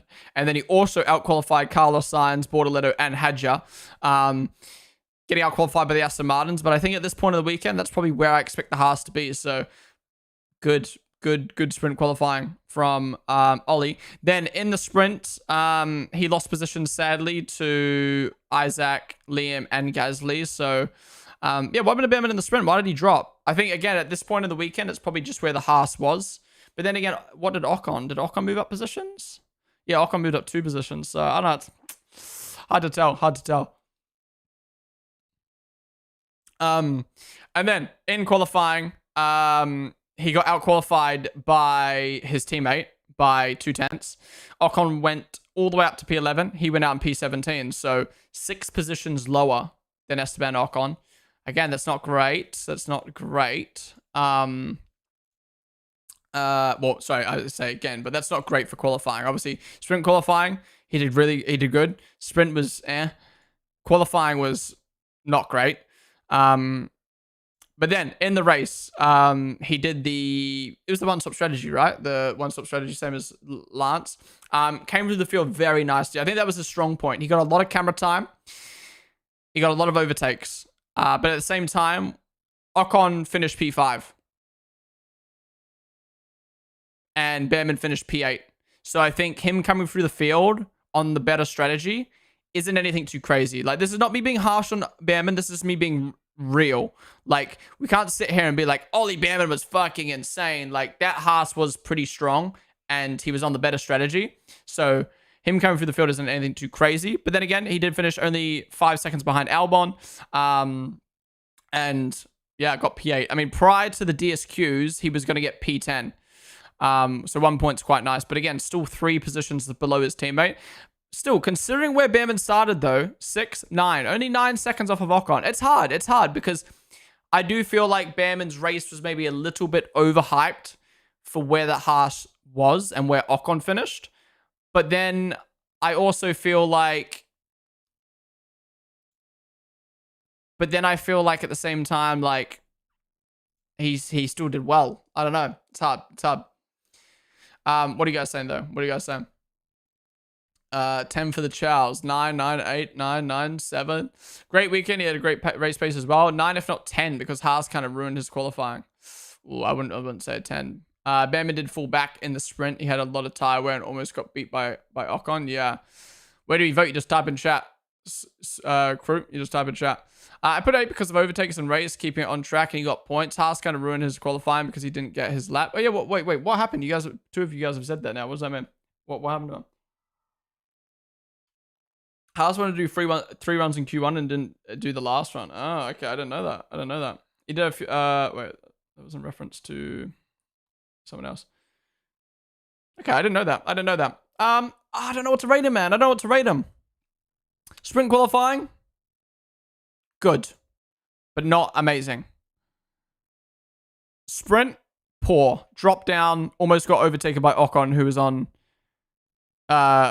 who qualified lower than him.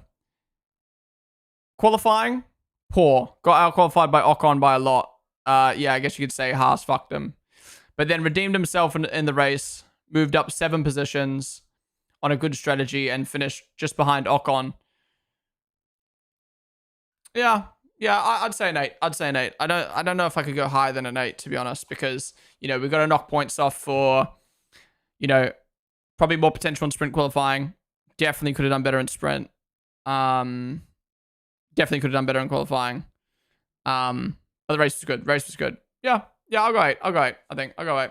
I got a Minecraft movie Twitch ad. Let's go. When does that come out? It comes out like April 1st, right? So, what, like a week away? Just amend the line of Q1.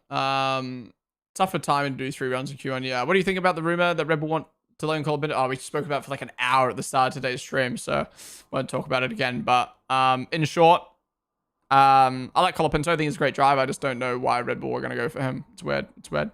All right. I'm going to say 8 for Ollie Behrman. I'm going to say 8. I think if we just look at race and qualifying, like Kimi last week, he redeemed himself from qualifying. So he'd probably get a high rating. But I think the sprint kind of let him down a little bit. And I think there's a little bit more potential there in the sprint qualifying. And also relative to his teammate. Maybe I am. Maybe this is a little bit of a higher little. Maybe this is a little bit of a too high of a rating. Maybe 7.5. I don't know. We'll leave it 8. We'll leave it 8. All right. Majority of you guys saying 8 as well. So we will move on to the next driver. Next up, as we move on to the top 7, we have got Alex Albon. Oh, this is going to be too hard. This is going to be too hard to rate. All right, polls up for Albon now. What do you rate Alex Albon's weekend? Happy World Bear Day. Is that real? Is it actually Bear Day? Bearman better do a tweet for Bear Day. Oh, my back is killing me, guys. My back is killing me. Let's just stretch it out real quick. All right. Alex Albon. So, Alex Albon, he made it through... Wait, why did I say Albon is a weird one? Am I tripping? What the fuck? Okay, Alex Albon. Sprint qualifying. Qualified P9. He out-qualified Sainz by 8/10. So, that's really, really good. He out-qualified Lance Stroll. Only got out-qualified by Yuki Tsunoda, but was second best of the rest. So, very, very good job from Alex there. Then in the sprint, he did manage to drop outside of not only the points, but actually he was never in the points in the sprint, but drop outside of the top 10. He finished in P11. He got overtaken by Alonso and Stroll. So yeah, what happened to Albon? How did he get overtaken by Alonso and Stroll? Did Stroll just get him off at the start and then Alonso held him up? Look, not terrible. Not a terrible sprint. Again, only 8 points up for grabs for the sprint, and he was never going to get those 8 points with Yuki ahead. But at the same time, he did good. It's just,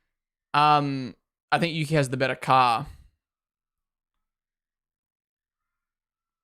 0.03 ahead of Ocon in Q2 just to beat him in Q3. I don't know. Let me have one more look before I finalize my decision here. Albon. Basically maximize qualifying. Well, yeah, maximize qualifying. Sprint. Drop positions, but apparently that was because he got fucked by Lando, but still. Albon could have done better in qualifying, but apparently he didn't do his last lap because he didn't have a tire, so can't really judge him on that, but still made it through to Q3. And then in the race, basically maximized the result. Wait, where was he? Oh, we can't tell. Where was Albon relative to Yuki prior to them pitting? Okay, so Albon was 2.8 seconds behind Hadja and 6 seconds behind Yuki prior to them pitting. I'm going to keep the 8.5. I'm going to keep the 8.5 because he managed to lose. Wait, no, Hadja was. Oh, I'm fucking confused now.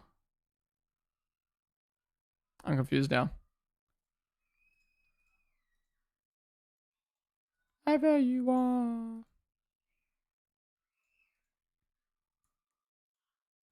Who did Albon lose a position to then? Ocon and Stroll. I don't know. We're tossed up at 8.5 or a 9 here for Albon. It's too hard.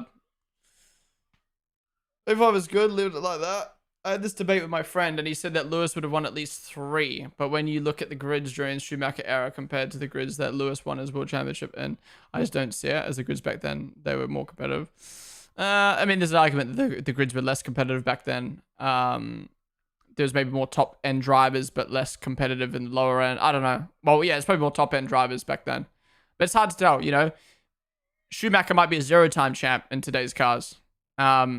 Lewis could be a 0-time champ in those cars. It's just like they were a champ with the cars that the era that they had. Yeah.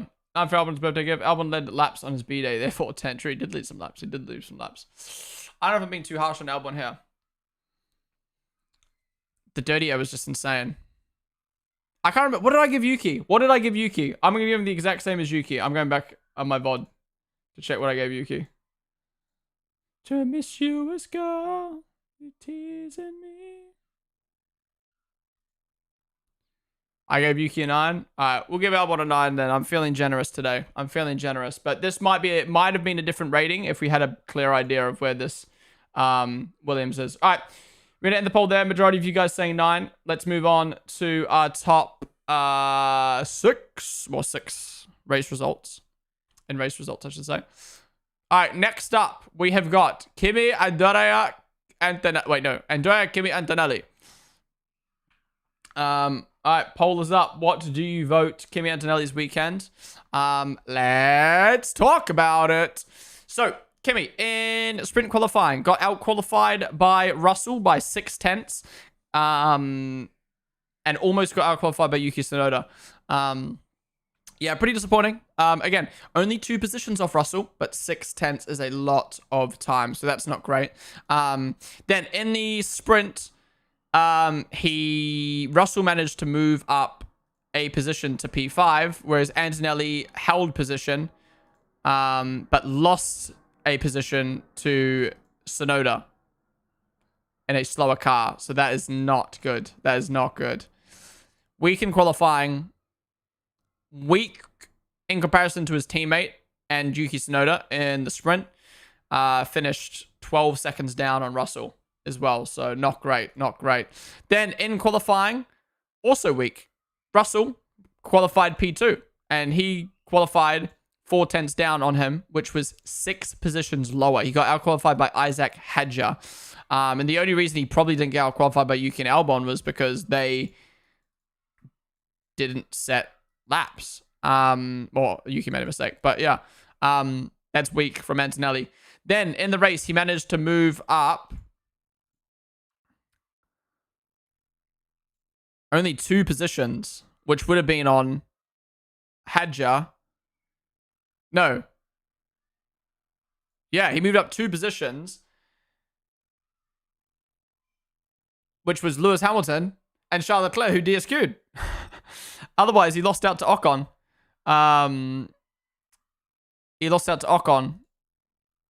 And obviously, the V-Cubs fucking up their strategy.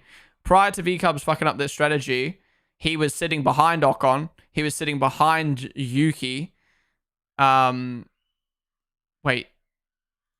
Yeah, he outqualified Yuki and he's lost out to Yuki. And he's got Hadja right on his ass. I think he's had a really bad weekend. I'm not going to lie. I can't sit here and say, like, an average weekend is like qualifying just behind your teammate and finishing just behind your teammate. But he's been dominated by his teammate in qualifying, and he's been dominated by his teammate in the race, and he's finished behind the drivers, the midfield drivers. Okay, yeah, he had floor damage in the race, but how did he get floor damage? Was it his own fault going off? I mean, he's done a good job to obviously hold on for floor damage, but I can't sit here and be like, oh, he would have had a good race without it, because in the sprint he didn't, in the qualifying he didn't, and in the sprint qualifying he didn't. And he somehow fucking got a driver there. How's that possible? Didn't gain anything neither in the sprint nor in race. Still got some points. Average score is fair. How do you get floor damage then? If it's from his own doing, then I am giving him a low rating. 4 positions off Russell without a DSQ. Yeah. Not to mention the time. I mean, the time, obviously, relative to the floor damage. Damage was from Leclerc's wing. How is this shit? How does the fucking wing hit? Bro, how, man, how? Big guy, Legend Lucario. Thank you guys for the follows. We're on the stream. And Nelly Merck was outperformed the whole weekend by various RBs if you exclude the RB strategy blunder. I agree. Ignoring the floor damage, he was outperformed by the RBs in qualifying, pace-wise. He was outperformed by the RB in the sprint. And he was outperformed by his teammate in all sessions. Honestly, I don't even think that's an average weekend. Yeah, we can sit here and be like, but he had floor damage. Taking the floor damage, taking the race out of the picture. He's had a poor weekend. I think the race was the weekend. The race was probably the session for him to redeem himself. And he's finished that low on his teammate behind these drivers because of the floor damage. So I don't know. I mean, he's done a good job. I don't know. I'm thinking like a 4.5, to be honest. If 5 is average, I think he's had a below average weekend. It's pretty bad for a Mercedes. Yeah. Again, this is not me saying I think Antonelli's bad. Oh, he's struggling. There's reasons why he did bad this weekend, but I think he's done below average this weekend. For me, just being unable to pass Ocon meant it was a great weekend. Unable to pass Ocon. Oh, it wasn't a great weekend. Sorry. The only difference would have been Ocon, in my opinion. I think he would have been overtaken by him. 4.52 less. Well, what's your standards for a Merc then? Like, take Antonelli, the rookie, out of the picture. Sprint qualifying, 6 tenths behind your teammate. Sprint overtaken by a worse car, 10 seconds behind your teammate. Qualifying, outqualified by a slower car, outqualified by your teammate by 6 positions, 4 tenths. That is not a above average weekend, is it? And then the race, yes, he got floor damage, which sucks. And who knows how much time he actually lost. But still, you take the race out of the pit. He's done good to hold on with the floor damage. I think it'd be a lower rating. If it wasn't for the floor damage pity. It's an okay weekend for a rookie. But we don't take rookie into consideration. We're rating the performance. We're not rating the driver. We're rating the performance. 4.5 is low? Really? I completely disagree.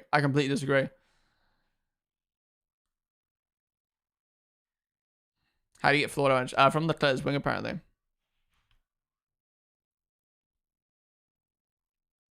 If you look at how well Behrman did, I think Antonelli did pretty awful. Russell was with the McLarens in quali and on the podium in the race. Yeah, I agree. We know we're still going to rank him in reality. Results don't care about your feelings. Yeah, exactly. I'm going to stick to this. 5 for me is average. He did not have an average weekend. He had a below average weekend. Dominated by his teammate in qualifyings. Dominated by his teammate in the sprint. In the mix with the cars below him in the midfield. I I'm not going to give him pity points for hanging on in the race. I'm just going to ignore the race. And all the other 3 sessions were bad. If we only looked at qualifying the race, maybe I'd sit here and be like, it's hard to judge. I'll give him a 5. But like, sprint qualifying and sprint was not good. He got out-raced by Yuki in the sprint. He got out-raced by a V-carb in the sprint. And he got out-qualified by 6/10 by his teammate. I saw someone in chat say, yeah, but you gave Liam a pity point because blah, blah, blah. But Liam was a second off Max. 6/10 off Russell is just as bad. Yeah, he's not qualifying last, but it's still 6/10. I think average is like 7, and that's why I say 6. Average is...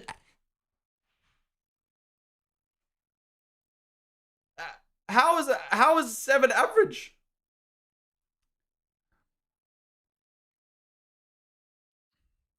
Again, Yuki has been in the sport for 3+ years. This is Anthony's first year. But George, we shouldn't take rookie. I personally don't take rookie bias into account. Where we're looking at their performance, and his performance was weak in comparison to his teammate, weak in comparison to a car that's slower than him. I don't give pity points for rookies. I don't give pity points for that stuff. You know what? If it makes you happy, I will give Liam a 1.5 instead. Okay, that makes more sense, I think. 5.5 is average if you rate 1 to 10. True. Liam Blazer. This guy. All right, ready to the poll there. Look, we can agree. We can disagree. Anyways, majority of you guys saying 6 or 7. Holy, we know where the fucking driver of the day votes came from. 7.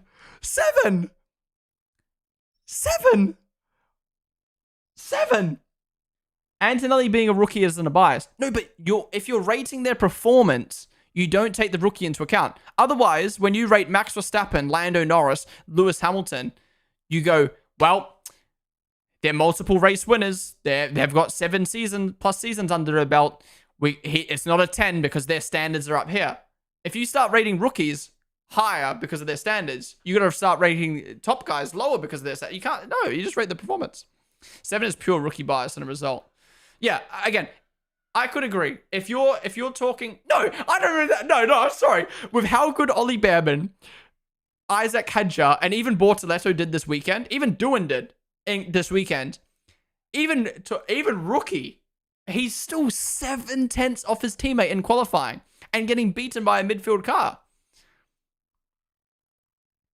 7 is generous. 6 is fair because he made a few mistakes this weekend.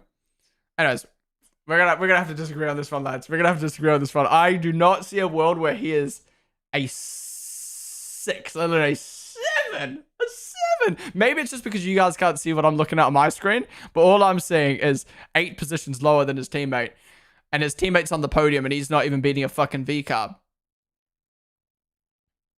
Okay, we're gonna end the poll there. We'll disagree. We'll disagree.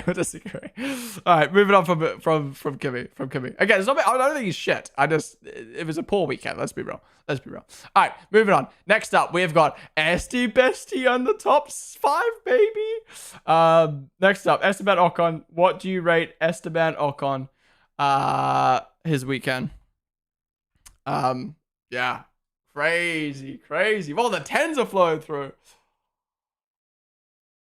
All right, Esty Bestie, Ocon, in sprint qualifying, he qualified P18. He got out-qualified by 4/10 by his teammate, which is not good. But then in the sprint, he managed to redeem himself in the sense of closing that gap. Ollie Behrman did not manage those tires at all, and he caught up to Behrman.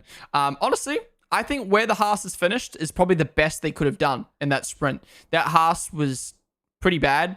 They managed to beat the Saubers. They managed to beat Doohan. They managed to beat even Sainz.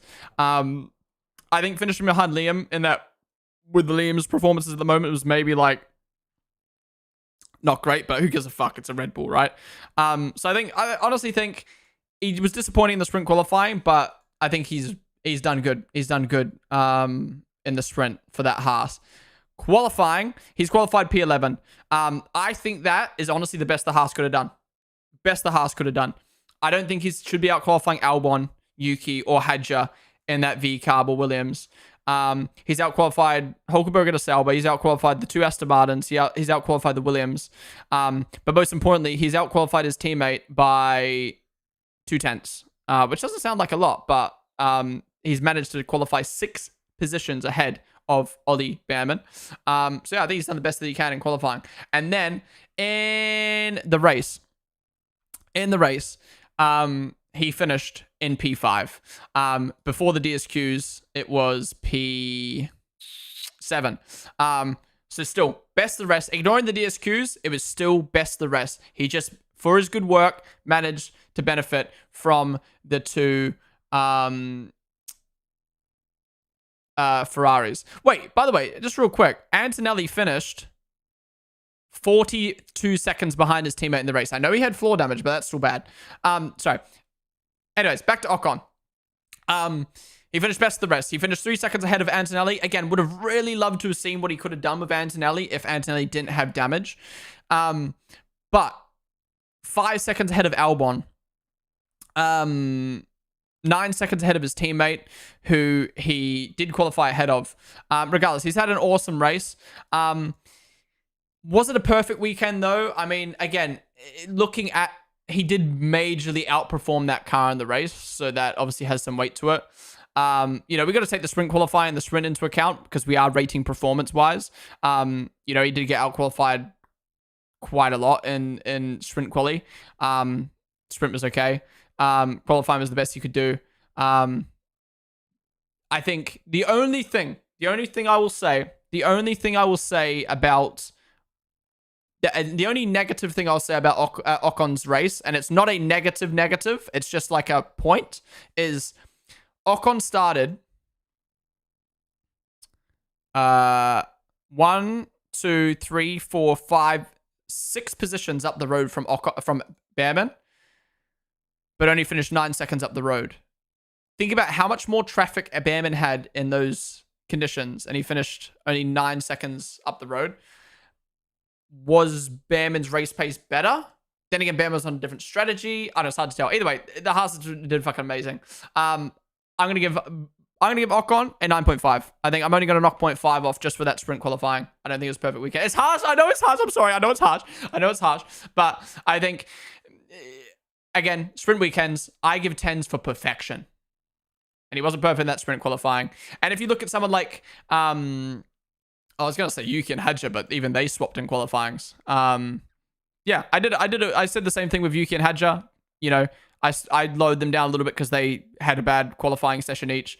And same with Albon. He also had one poor qualifying session. So you got to do the same with Ocon. But other than that, I think it's very, very, very, very solid weekend. Very, very solid weekend.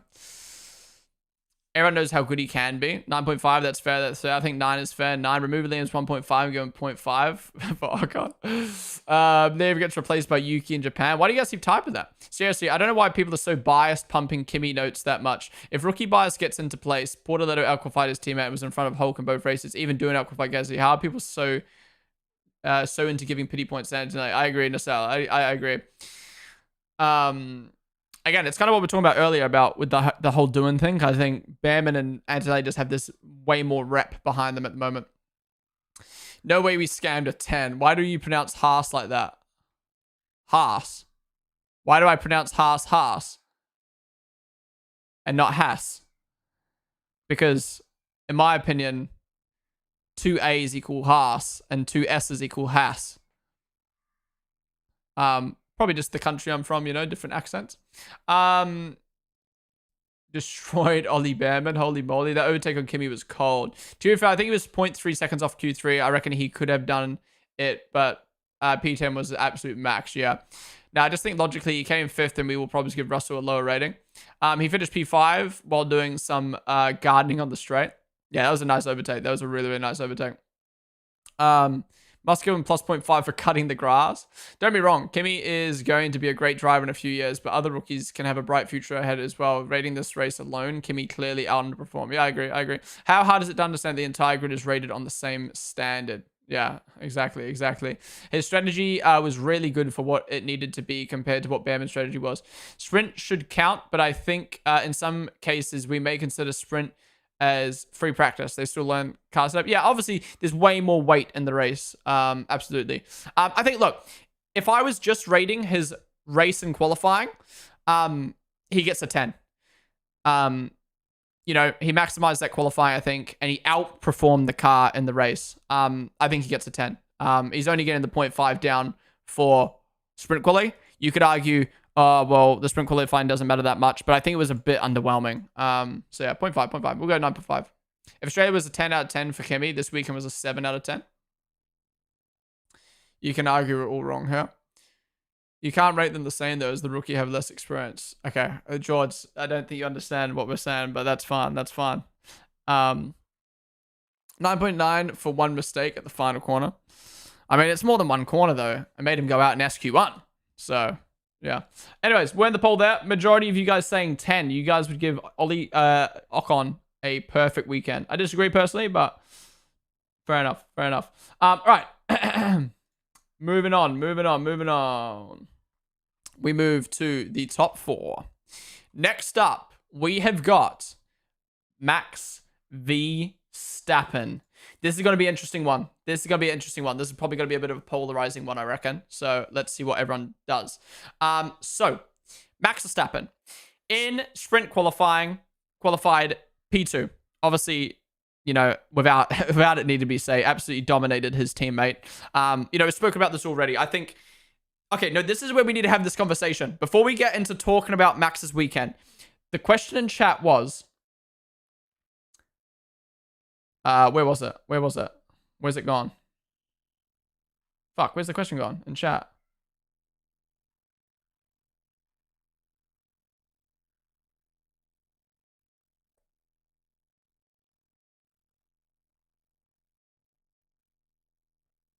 Okay. Outperforming the car is a contradiction in terms you can only get the most out of the car. So I want to talk about this before we talk about Max. What's your guys' opinion on that? Battlehawk says you can't outperform your car.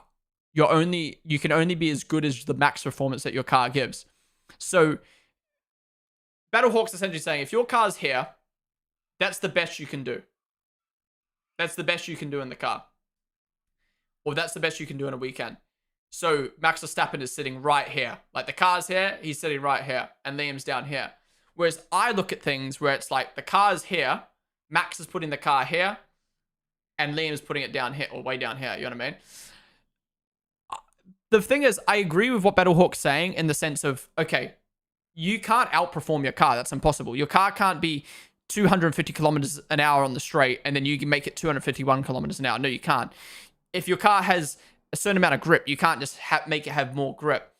But I think given where your car is, you can outrace the performance of where that car should be. And that's what I'm referring to. So like, if a Red Bull is meant to be qualifying P4, P5, and Max puts it P2, I think that's Max outperforming the car. That's what I think that term means. That doesn't mean he's literally making the car faster.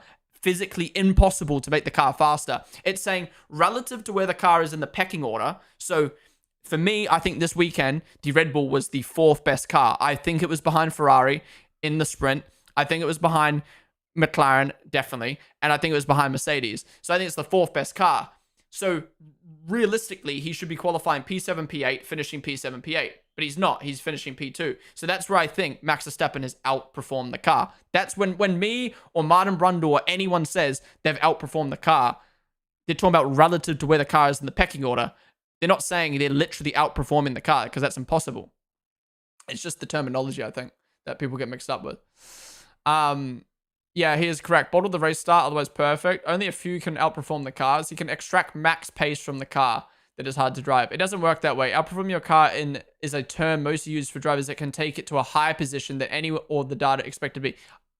Shannock has hit it bang on. It doesn't work that way. Outperforming your car is a term mostly used for drivers that can get a higher position from what anyone or the data expected it to be. Exactly. It's a terminology. It's not literal. You're just outperforming the car relative to where it should be on the grid. You can compensate with driving styles, some flaws in the car. Technically, he's outperforming the car. The fact he can clearly extract everything when no one else can comes close and says a lot. When people say they're outperforming the car, it means they're getting positions that the car doesn't deserve. Exactly. It's a term. So I agree with you, Battlehawk. I agree with you. You can't outperform a car better than what the car is. Like, you can't make a 250 kilometer an hour car go 250 miles. No, you can't. But you're wrong in the sense that the terminology that people use isn't talking about car. It's talking about relative to where it is in the pecking order. He's technically right, but it's easy to go off of average performance of the car. Otherwise, everyone, the Max would underperform their car. You can outperform the car. It's impossible to drag performance out of the car with driving style to minimize flaws in it. Yeah, that's the best difference. Is Max is pushing the car the best it can be. Lawson is performing the car to be the mid-lowest it can be. It's hard to drive, but it can still be good. Yeah, position-wise, outperforming the car, not literally driving the car faster than what's possible. Yeah, exactly. It's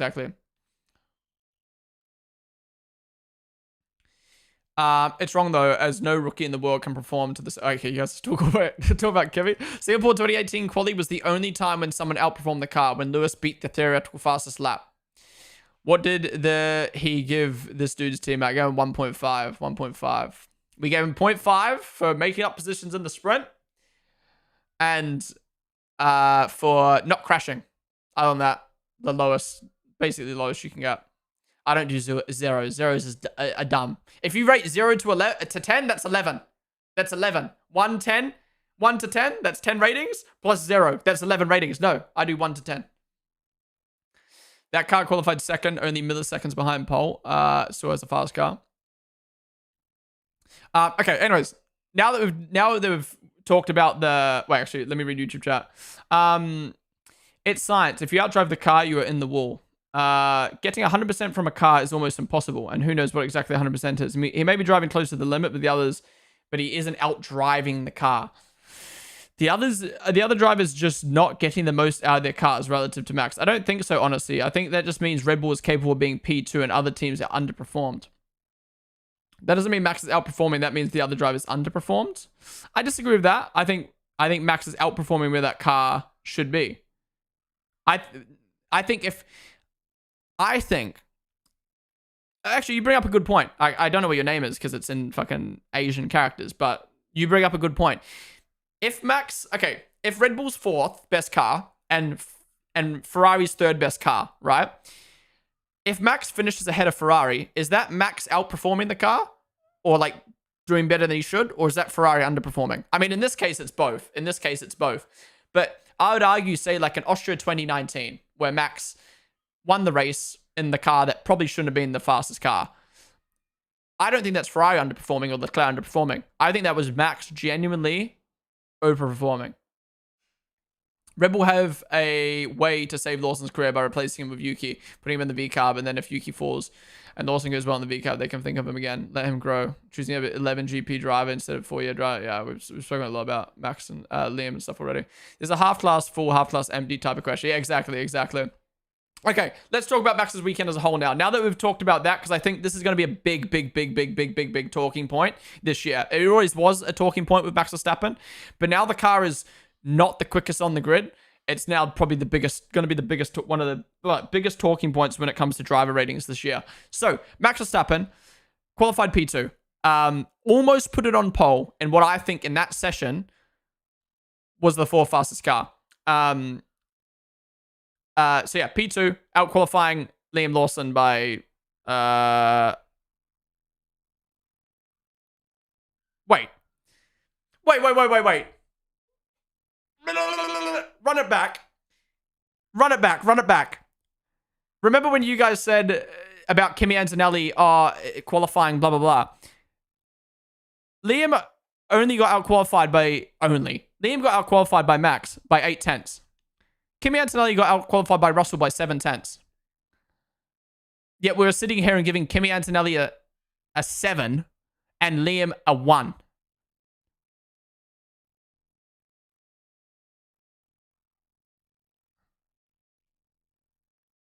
I'm not saying you should rate Liam higher. I'm just saying, like, how can you give Antonelli a 7 rating for getting out-qualified by his teammate by 7 tenths? And then... But then, I don't get it. Antonelli scored points, Liam was nowhere near. No, but I'm talking about qualifying. People were defending his qualifying. Q1 versus Q3. But it's still 7/10s. It's still 7/10s. I joined the stream late. Kimmy should have been a 4. Anyways, it's more just funny to me how, like, Antonelli 6/10 off Russell. Oh, that's okay. Liam 7/10 off Max. No. I'm not defending Liam. I'm using that as a way to say I don't think Antonelli had a good weekend. All right, anyways. Back to backs. So Max, P2 in sprint qualifying, I think he's overperformed that car. He's maximized the car. That's the best. I think, again, he probably could have gotten pole solely off the fact of how close he was, but I don't think he should have even been fighting for pole anyway. And then in the sprint race, I think he did a pretty good job of holding Piastri off for as long as he did. Ultimately, Lewis just managed his tires insanely better. But I don't think Max managed his tires bad. But he got done by Piastri there. Still, I think it was a good sprint. Maybe there's a world he could have defended Piastri, but I mean, that McLaren is much quicker. And then in standard qualifying, Max qualified P4. He got out-qualified by the 2 McLarens, which is expected. And George Russell, who I think, especially after seeing the race pace, I think was in a better car. So I think the fact that Max has out-qualified both Ferraris, I do think Ferrari maybe went back in the pecking order. I don't know. What do you guys think? Do you think Ferrari should have out-qualified Max in qualifying? Because I think they should have. I think, yes, their car wasn't in the right window, but look at the Red Bull. The Red Bull's in even worse window. But Max is able to put that car in P4, and Lewis and Leclerc weren't able to. So anyways, Max, again, out-qualified Liam by 7/10 again in qualifying. So dominating his teammate. But that's irrelevant anyway. P4. And then in the race, manages to hold on to P4. And only 5 seconds behind Russell. I think that's an awesome effort. 5 seconds behind George Russell in a quicker car. Who was only 2 seconds off of Lando. I mean, Lando obviously had those problems. But, yeah, Max has finished 45 seconds up the road from Ocon, which is the next closest car behind him. The Ferraris managed to finish 6 seconds behind him. I mean, Max obviously had that poor start. It wasn't a perfect start. It wasn't a perfect start. Obviously, we got to be nitpicky here, right? I like this. I like talking about every little detail of the weekend. He didn't have a good start. That put him behind. Who did he drop off the start? Was it Leclerc or Lewis? He dropped behind someone off the start, didn't he? Oh, he dropped behind both Ferraris. Oof. Okay. Well, that was not a good start then. And that maybe there's a world on that last stint. He could have clawed 5 seconds out of Russell. But because he got stuck behind Ferrari so early on the race, maybe that fucked him up. I don't know. Yeah, poor start. Managed Lewis and Ferrari obviously threw the fucking strategy, but he would have got past Lewis anyway. And he managed to get past Leclerc and finish 6 seconds up the road. I think Max has had a phenomenal weekend. Again, I think that car was clearly the 4th fastest car this weekend. If someone wants to debate me on that, you can. But I think that was the 4th fastest car, and he's finished P2, P3, P4, P4 when he should be 7th and 8th. Yeah, I'm gonna go 9.5. It's not a perfect weekend. 0.5 for maybe being able to get sprint pole and 0.5 for the race start, but and for the race start, but Max just keeps amazing me, man. Max just keeps amazing me. And I think, again, it just comes back to the conversation of, like, he's just outperforming that car. Like, that car should be 7th or 8th.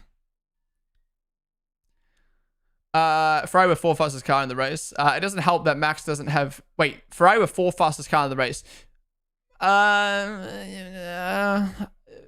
In the last 20 laps, yeah. But I don't know if early on they were the 4th fastest car, to be honest. You can be 1/10 if you're last and the other is 8th. There's a huge difference. I disagree. I think when you look at performance, you look at the time. You don't look at the position.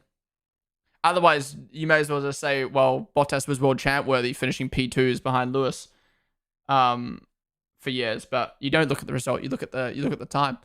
Max came alive at the end. It's pretty hard to actually know where the Red Bull pace is because Max is always outperforming the car. And of course, Lawson had a very bad weekend. Yeah. Max needs a teammate that's somewhat competent because no chance he's performing almost to the max of the car every week. Ooh. I disagree with Wakey there. Look, maybe this is like a deeper topic and this is going beyond the Chinese Grand Prix now, but that's a good point. Wakey says Max needs a teammate that's somewhat competent because no chance he's performing almost to the max of the car every single week.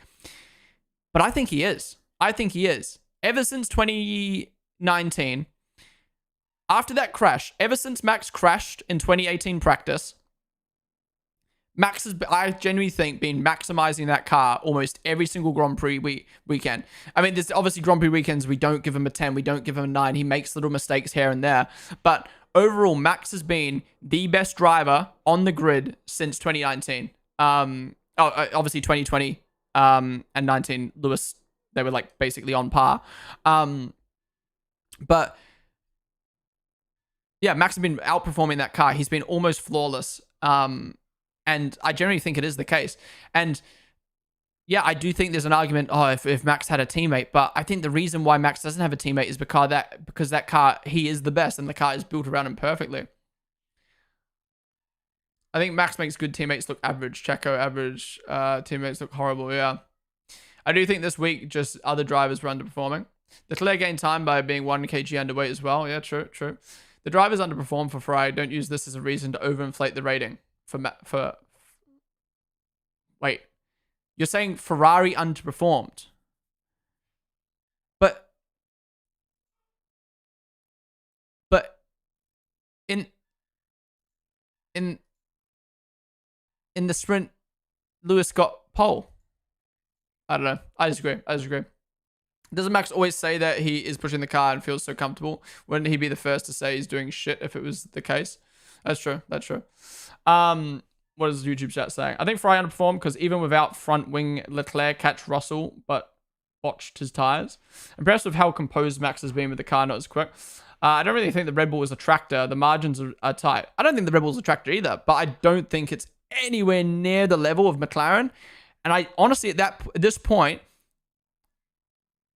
if I could change my championship predictions now, like, I generally, like, yeah, I think Merc is way better than Red Bull. I don't know why I brought up my championship predictions. He only got pole in the sprint because everyone knows that it means nothing overall at the points are minor. So you're saying no one in the sprint qualifying tried because the points don't matter? Boy, what the hell, boy? Pranav, Cosmic, Riff, Crew, thank you guys for the follows. Welcome to the stream. All right. I think we've spoken enough about Max. That was good, though. I enjoyed that chat. It went beyond the Chinese Grand Prix, but I liked it. All right, we're in the poll there. Majority of you guys saying a 9 for Max Verstappen. We'll move on. Next up. We are going to rate the top 3. It is George Russell, Mr. Sleeper Build. Oh, I can't wait to talk about George. He makes me happy, man. He makes me happy. He's literally moving up my tier list of drivers every single week.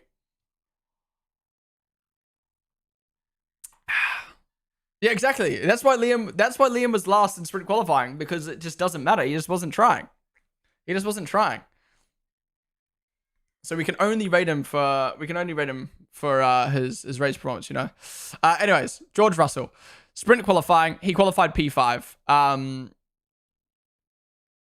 So relative to where I think the car was in sprint qualifying, I do think Mercedes was probably third best in sprint quali. He qualified P5. He out-qualified Lando Norris by 2 tenths, and he out-qualified his teammate by 6 tenths. Yeah, I think there is a world where Russell could have out-qualified Leclerc, but I don't see where he could have got pace to out-qualify Piastri or Hamilton. Yeah. But I think Russell slotted in where he probably should in sprint qualifying. It was just good. It was just good qualifying. Like, I'm not going to sit there and go, oh, P5 for Russell's bad. It was good. It was good, but it's not amazing. Yeah, it's just good. It's just good. And then in the sprint, he managed to move himself up ahead of Leclerc. You know, Lewis driving an amazing race in the Ferrari, showing the Ferrari was capable of winning. Meanwhile, Russell was able to get past Leclerc and almost closed it on Max Verstappen at the end as well. So yeah, great sprint from Russell. And then in qualifying, Russell qualifies P2, out qualifying Lando Norris in the McLaren. 1/10 behind the McLaren, by the way. Did the McLarens under-deliver in qualifying? Probably, relative to where their car is. I think the McLaren should have been way up the road. So yeah, for Russell to even just be that close to McLaren, let alone out-qualify Lando, 10. Like, honestly, 10 for Russell in qualifying. I don't think he should be expected to beat Piastri. And then, in the race, obviously he got overtaken by Lando, again, in a quicker car. But there was a point where he undercut Lando. Great strategy. Came out in front. Defended him for a little bit. Finished only 2 seconds behind Lando. Obviously, Lando had the brake problem. But even ignoring the brake problem, he's still only 6 seconds off the guys in front. What I'm interested in is, was Piastri, and this, there's probably maybe talk more about Piastri, but was Piastri pushing? Probably not.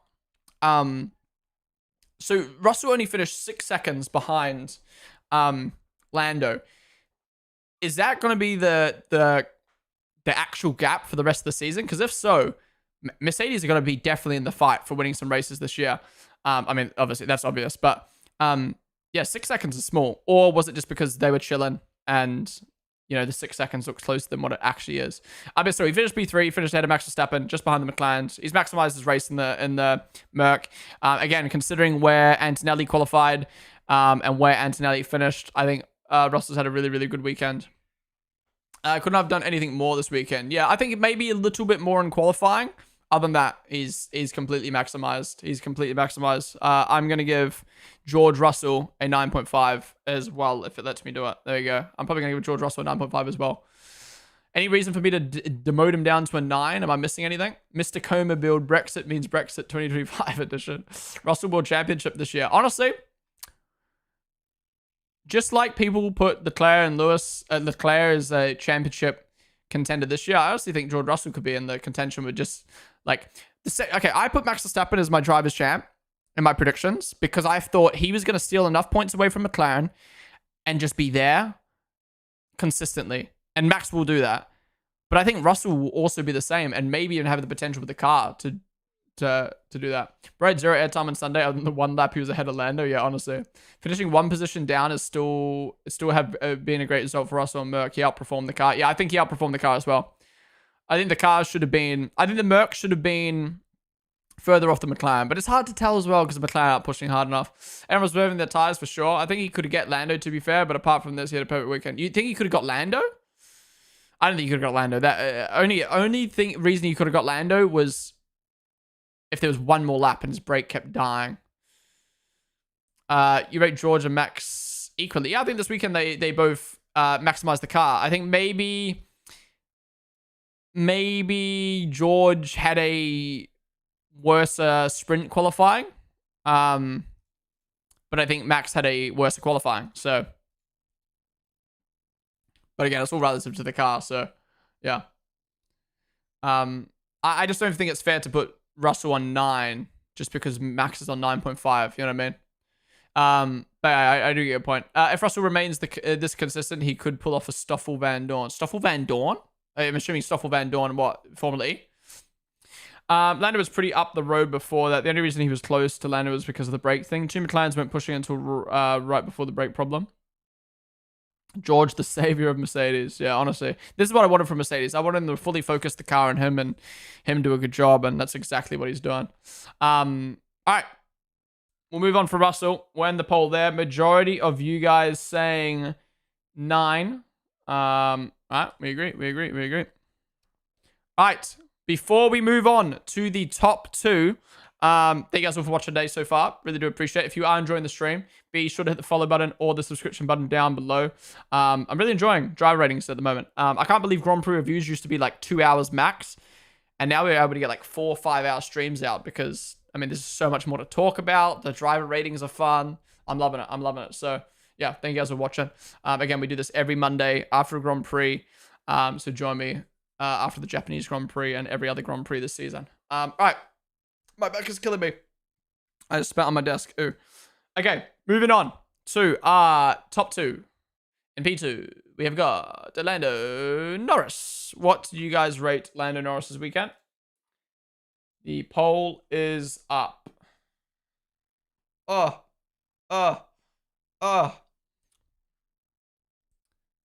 Betty, bam and lamb. I forget, usually you can't hear the music, so they're just going to hear me singing. All right, so Lando Norris, in qualifying, his teammate was P3, when I don't think they should have been P3. I think they should have been P1 and 2. Lando Norris is in P6. Out-qualified by G-Russ, out-qualified by Leclerc, out-qualified by Max, out-qualified by Lewis.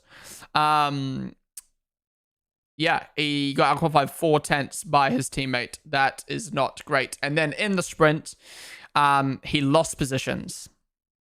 2 positions. He made the mistake, dropped behind Antonelli and Tsunoda and got stuck there, couldn't overtake, whilst Piastri moved up the road to finish P2. So 6 positions behind your teammate. 6 positions behind your teammate. And yes, it's a sprint, but the sprint offers points now. And that's 6 points less he got than his teammate.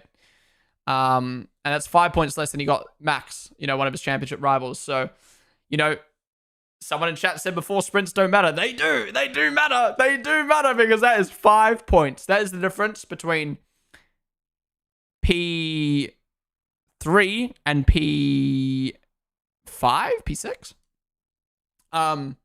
Yeah, so underperformed in sprint qualifying, underperformed in the sprint. Then in qualifying, he qualified P3.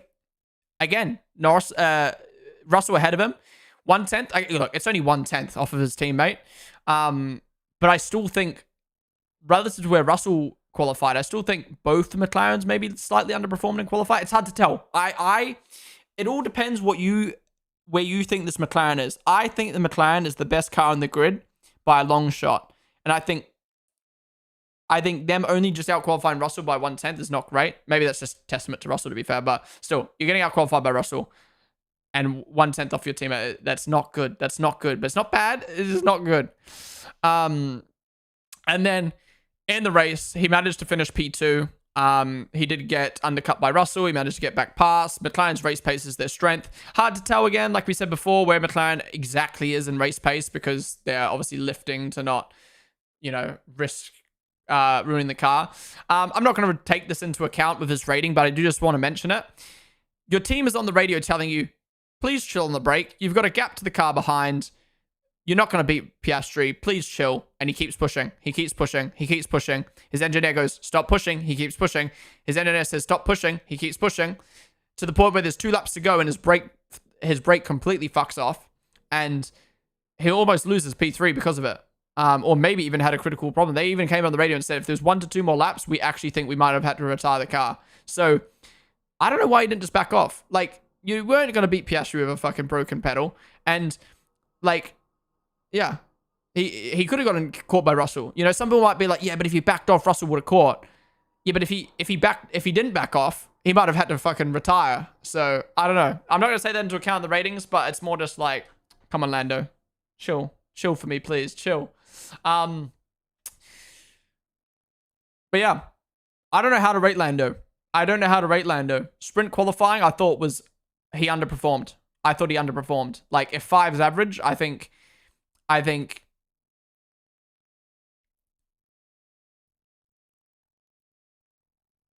like, you're 5/10 off pole in the fastest car. You're 4/10 off your teammate. Like, I think he's like a 4 for sprint qualifying. I think the sprint is like even worse. You've lost 2 positions to a fucking V carb and a 12-year-old in a Mercedes, and you're in the fastest car. Like, I think it's like a 3. And there's points up for grabs for the sprint. Again, we're rating performance though. Then in qualifying, he got out-qualified by Russell. So that's like, okay, like 6.5, maybe 7. And then the race is fine. It's not a perfect race. He got outraced by his teammate, so it's not a 10. It's probably not even a 9. It's maybe like an 8. I don't know. It wasn't an average weekend. Maybe like above average. It was above average weekend. But even then, is that just like fastest car? Like so the way I like to like rate things is like I like to take away people's names and people's cars from the conversation, right?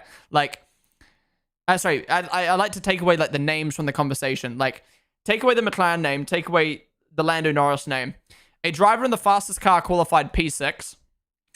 A driver in the fastest car finished P8 in the sprint with a mistake and lost to a car that's much slower than them. He then finished. He finished P3 in the fastest. Qualified P3 in the fastest car, which doesn't sound too bad. And then finished behind his teammate in the race. I mean, the sprint qualifying takes the.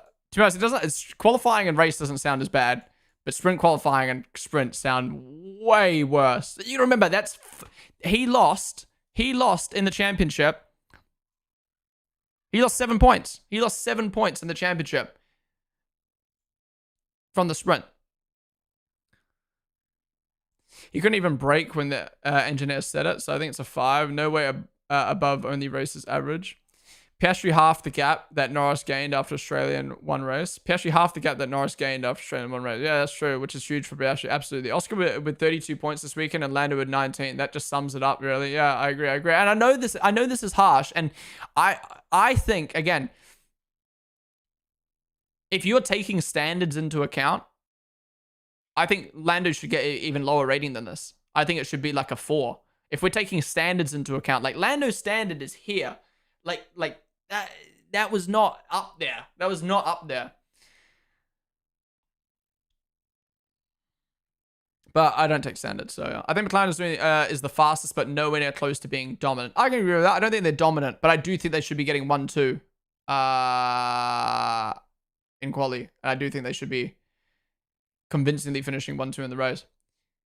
I mean, that sprint. It's the sprint for me, man. It's the sprint for me. How's it going there, Coconut 2s? Fantastic Frog. Thank you for the follow.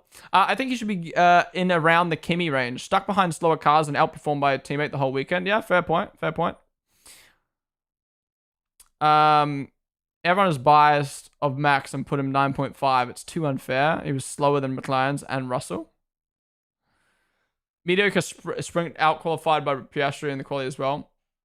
Outperformed by his teammate the whole weekend. Yeah, that's another good point. A lot of the people we rated today traded with their teammates. Like, one did better in the sprint, one did better in the sprint quality, one did better. Blah, blah, blah. Norris was beaten by his teammate in all 4 sessions. That's another thing to keep in mind. And the biggest indicator for how someone did is their teammate. And if this was the 2023 season, we would only be looking at Piastri, really, to rate Lando here. 100% harsh. We're talking about the best car here. That's a good thing to look at. Obviously, this is not a 2023 Red Bull, right? But let's imagine this ends up being a 2023 season where, just imagine, hypothetically speaking, this ends up being a 2023 season. Lando and Piastri go on to win every single race this season. If you came back and looked at this race and you were told, oh, he qualified P3 in the fastest car and he finished 8th in the sprint and 6th in sprint quality, like, yeah. I'm sorry, but Lando doesn't have a high standard. Oh, he definitely has a high standard. I mean, maybe not as high as Max Verstappen or, I mean, Lewis's standards right now isn't that high, but Norris should be a World Driver Championship, but he ain't a real champion like those who earned it. I mean, if you're a champion, you earned it. He's gonna have to beat Oscar Piastri. I mean, it's a very competitive season. He's helped build that car up for 7 years. I think it's very, very unfair to say Lando Norris doesn't deserve a championship. I mean, yeah, you can obviously say he's not going to win a championship as good as other champions, but, I mean, he still deserves the championship. Expectations and standards interchangeable. Yeah, true. Norris hate wherever blown. Yeah, I agree. I agree Norris's hate. I think honestly, every driver who's loved in F1 is overloved. Every driver in F1 who's hated is overhated. It's just the way social media is, right? You can't just have a normal opinion. You have to have a exaggerated opinion. Oh, yes, please. And I get it, you know, like, whether you're a journalist, a YouTuber, a tweeter, a TikTok creator, I get it. like, what's it called? Exaggeration sells, I guess you'd say, right? Like, if I make a video, if I make my title, what's an example? Like, Kimi Antonelli had a rough weekend, but he'll be okay. That's just a shit title. You're gonna make your title. Antonelli fumbled this weekend, and here's why. You know what I mean? And it's just like that goes for everything. Norris's Marmite Vegemite. All right. Wait. Am I leaving Lando at a 6? Was it above average? It was above average weekend. Race was good. Qualifying could have been better, but it was still good. Sprint qualifying and sprint was shit. It wasn't terrible, but it was just shit. I'm gonna give him a 6. I'm gonna move on. All right. Next up, finally, lastly, we have got, well, last but not least, is Oscar Piastri. Oh, wait, fuck. I forgot to end the poll. 1 sec. My bad. Let me end the poll there. So majority of you guys are saying 7th for Lando. We got a second majority is 6, and then we got a few 5s, a few 4s, a few 8s. Okay, very, probably the most polarizing. Probably the most polarizing poll of today. All right, next up, and finally, but not least, is Oscar Piastri. Poll is up now. If you already typed in chat, retype.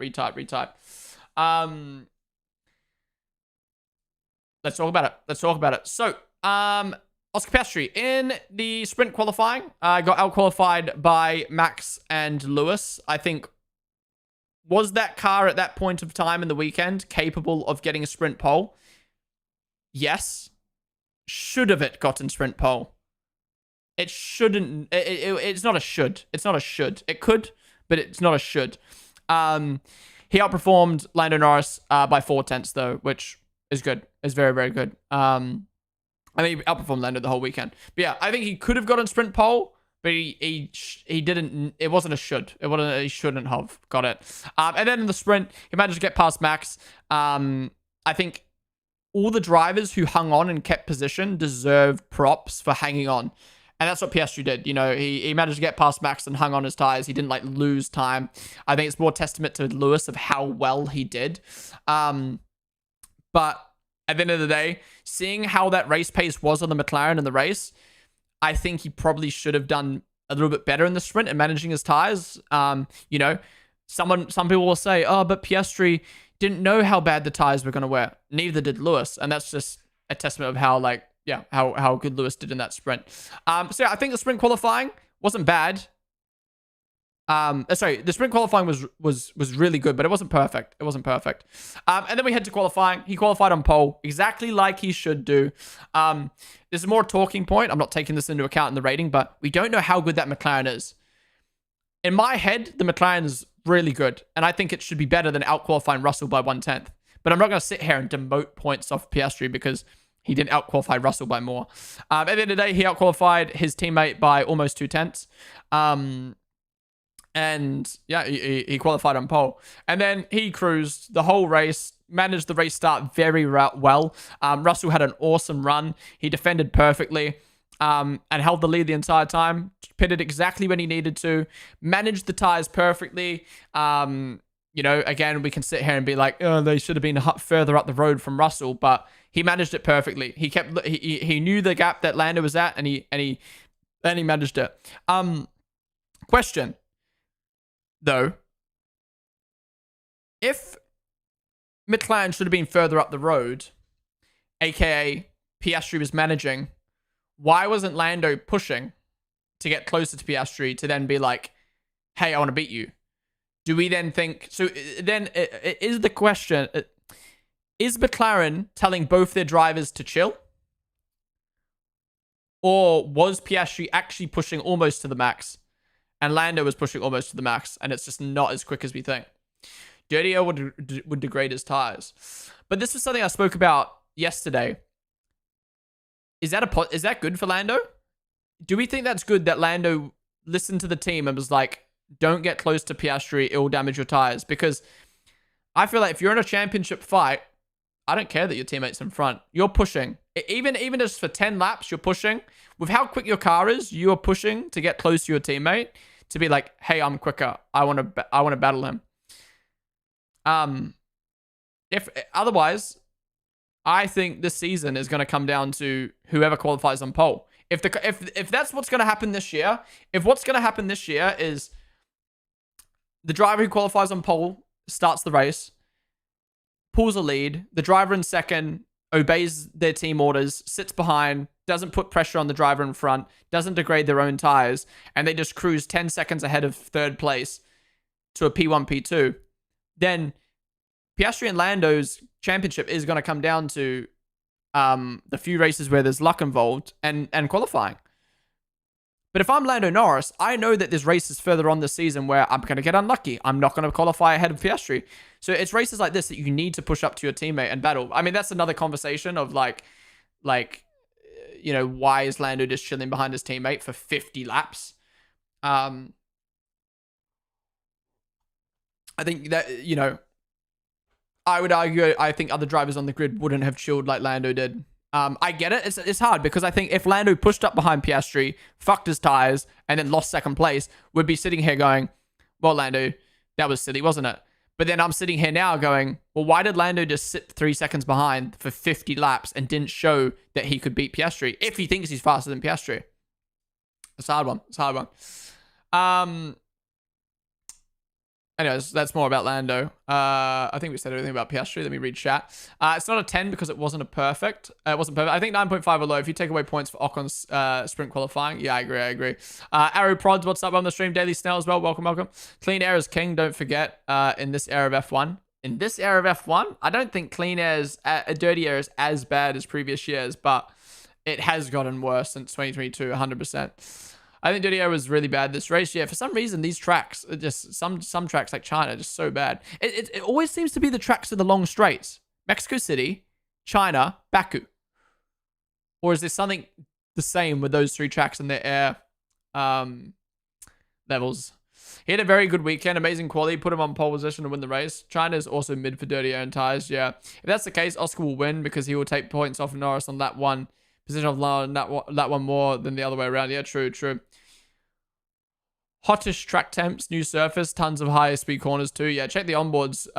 Will knew about the brakes way before Lando did, but wasn't clear about the situation, not to startle him, which was wrong. Lando set the fastest lap this race and wanted to push, but only started managing the moment. Yeah, I forgot Lando had fastest lap, true. There are 10 races this year that are over 60 laps. Do you think those will be important races?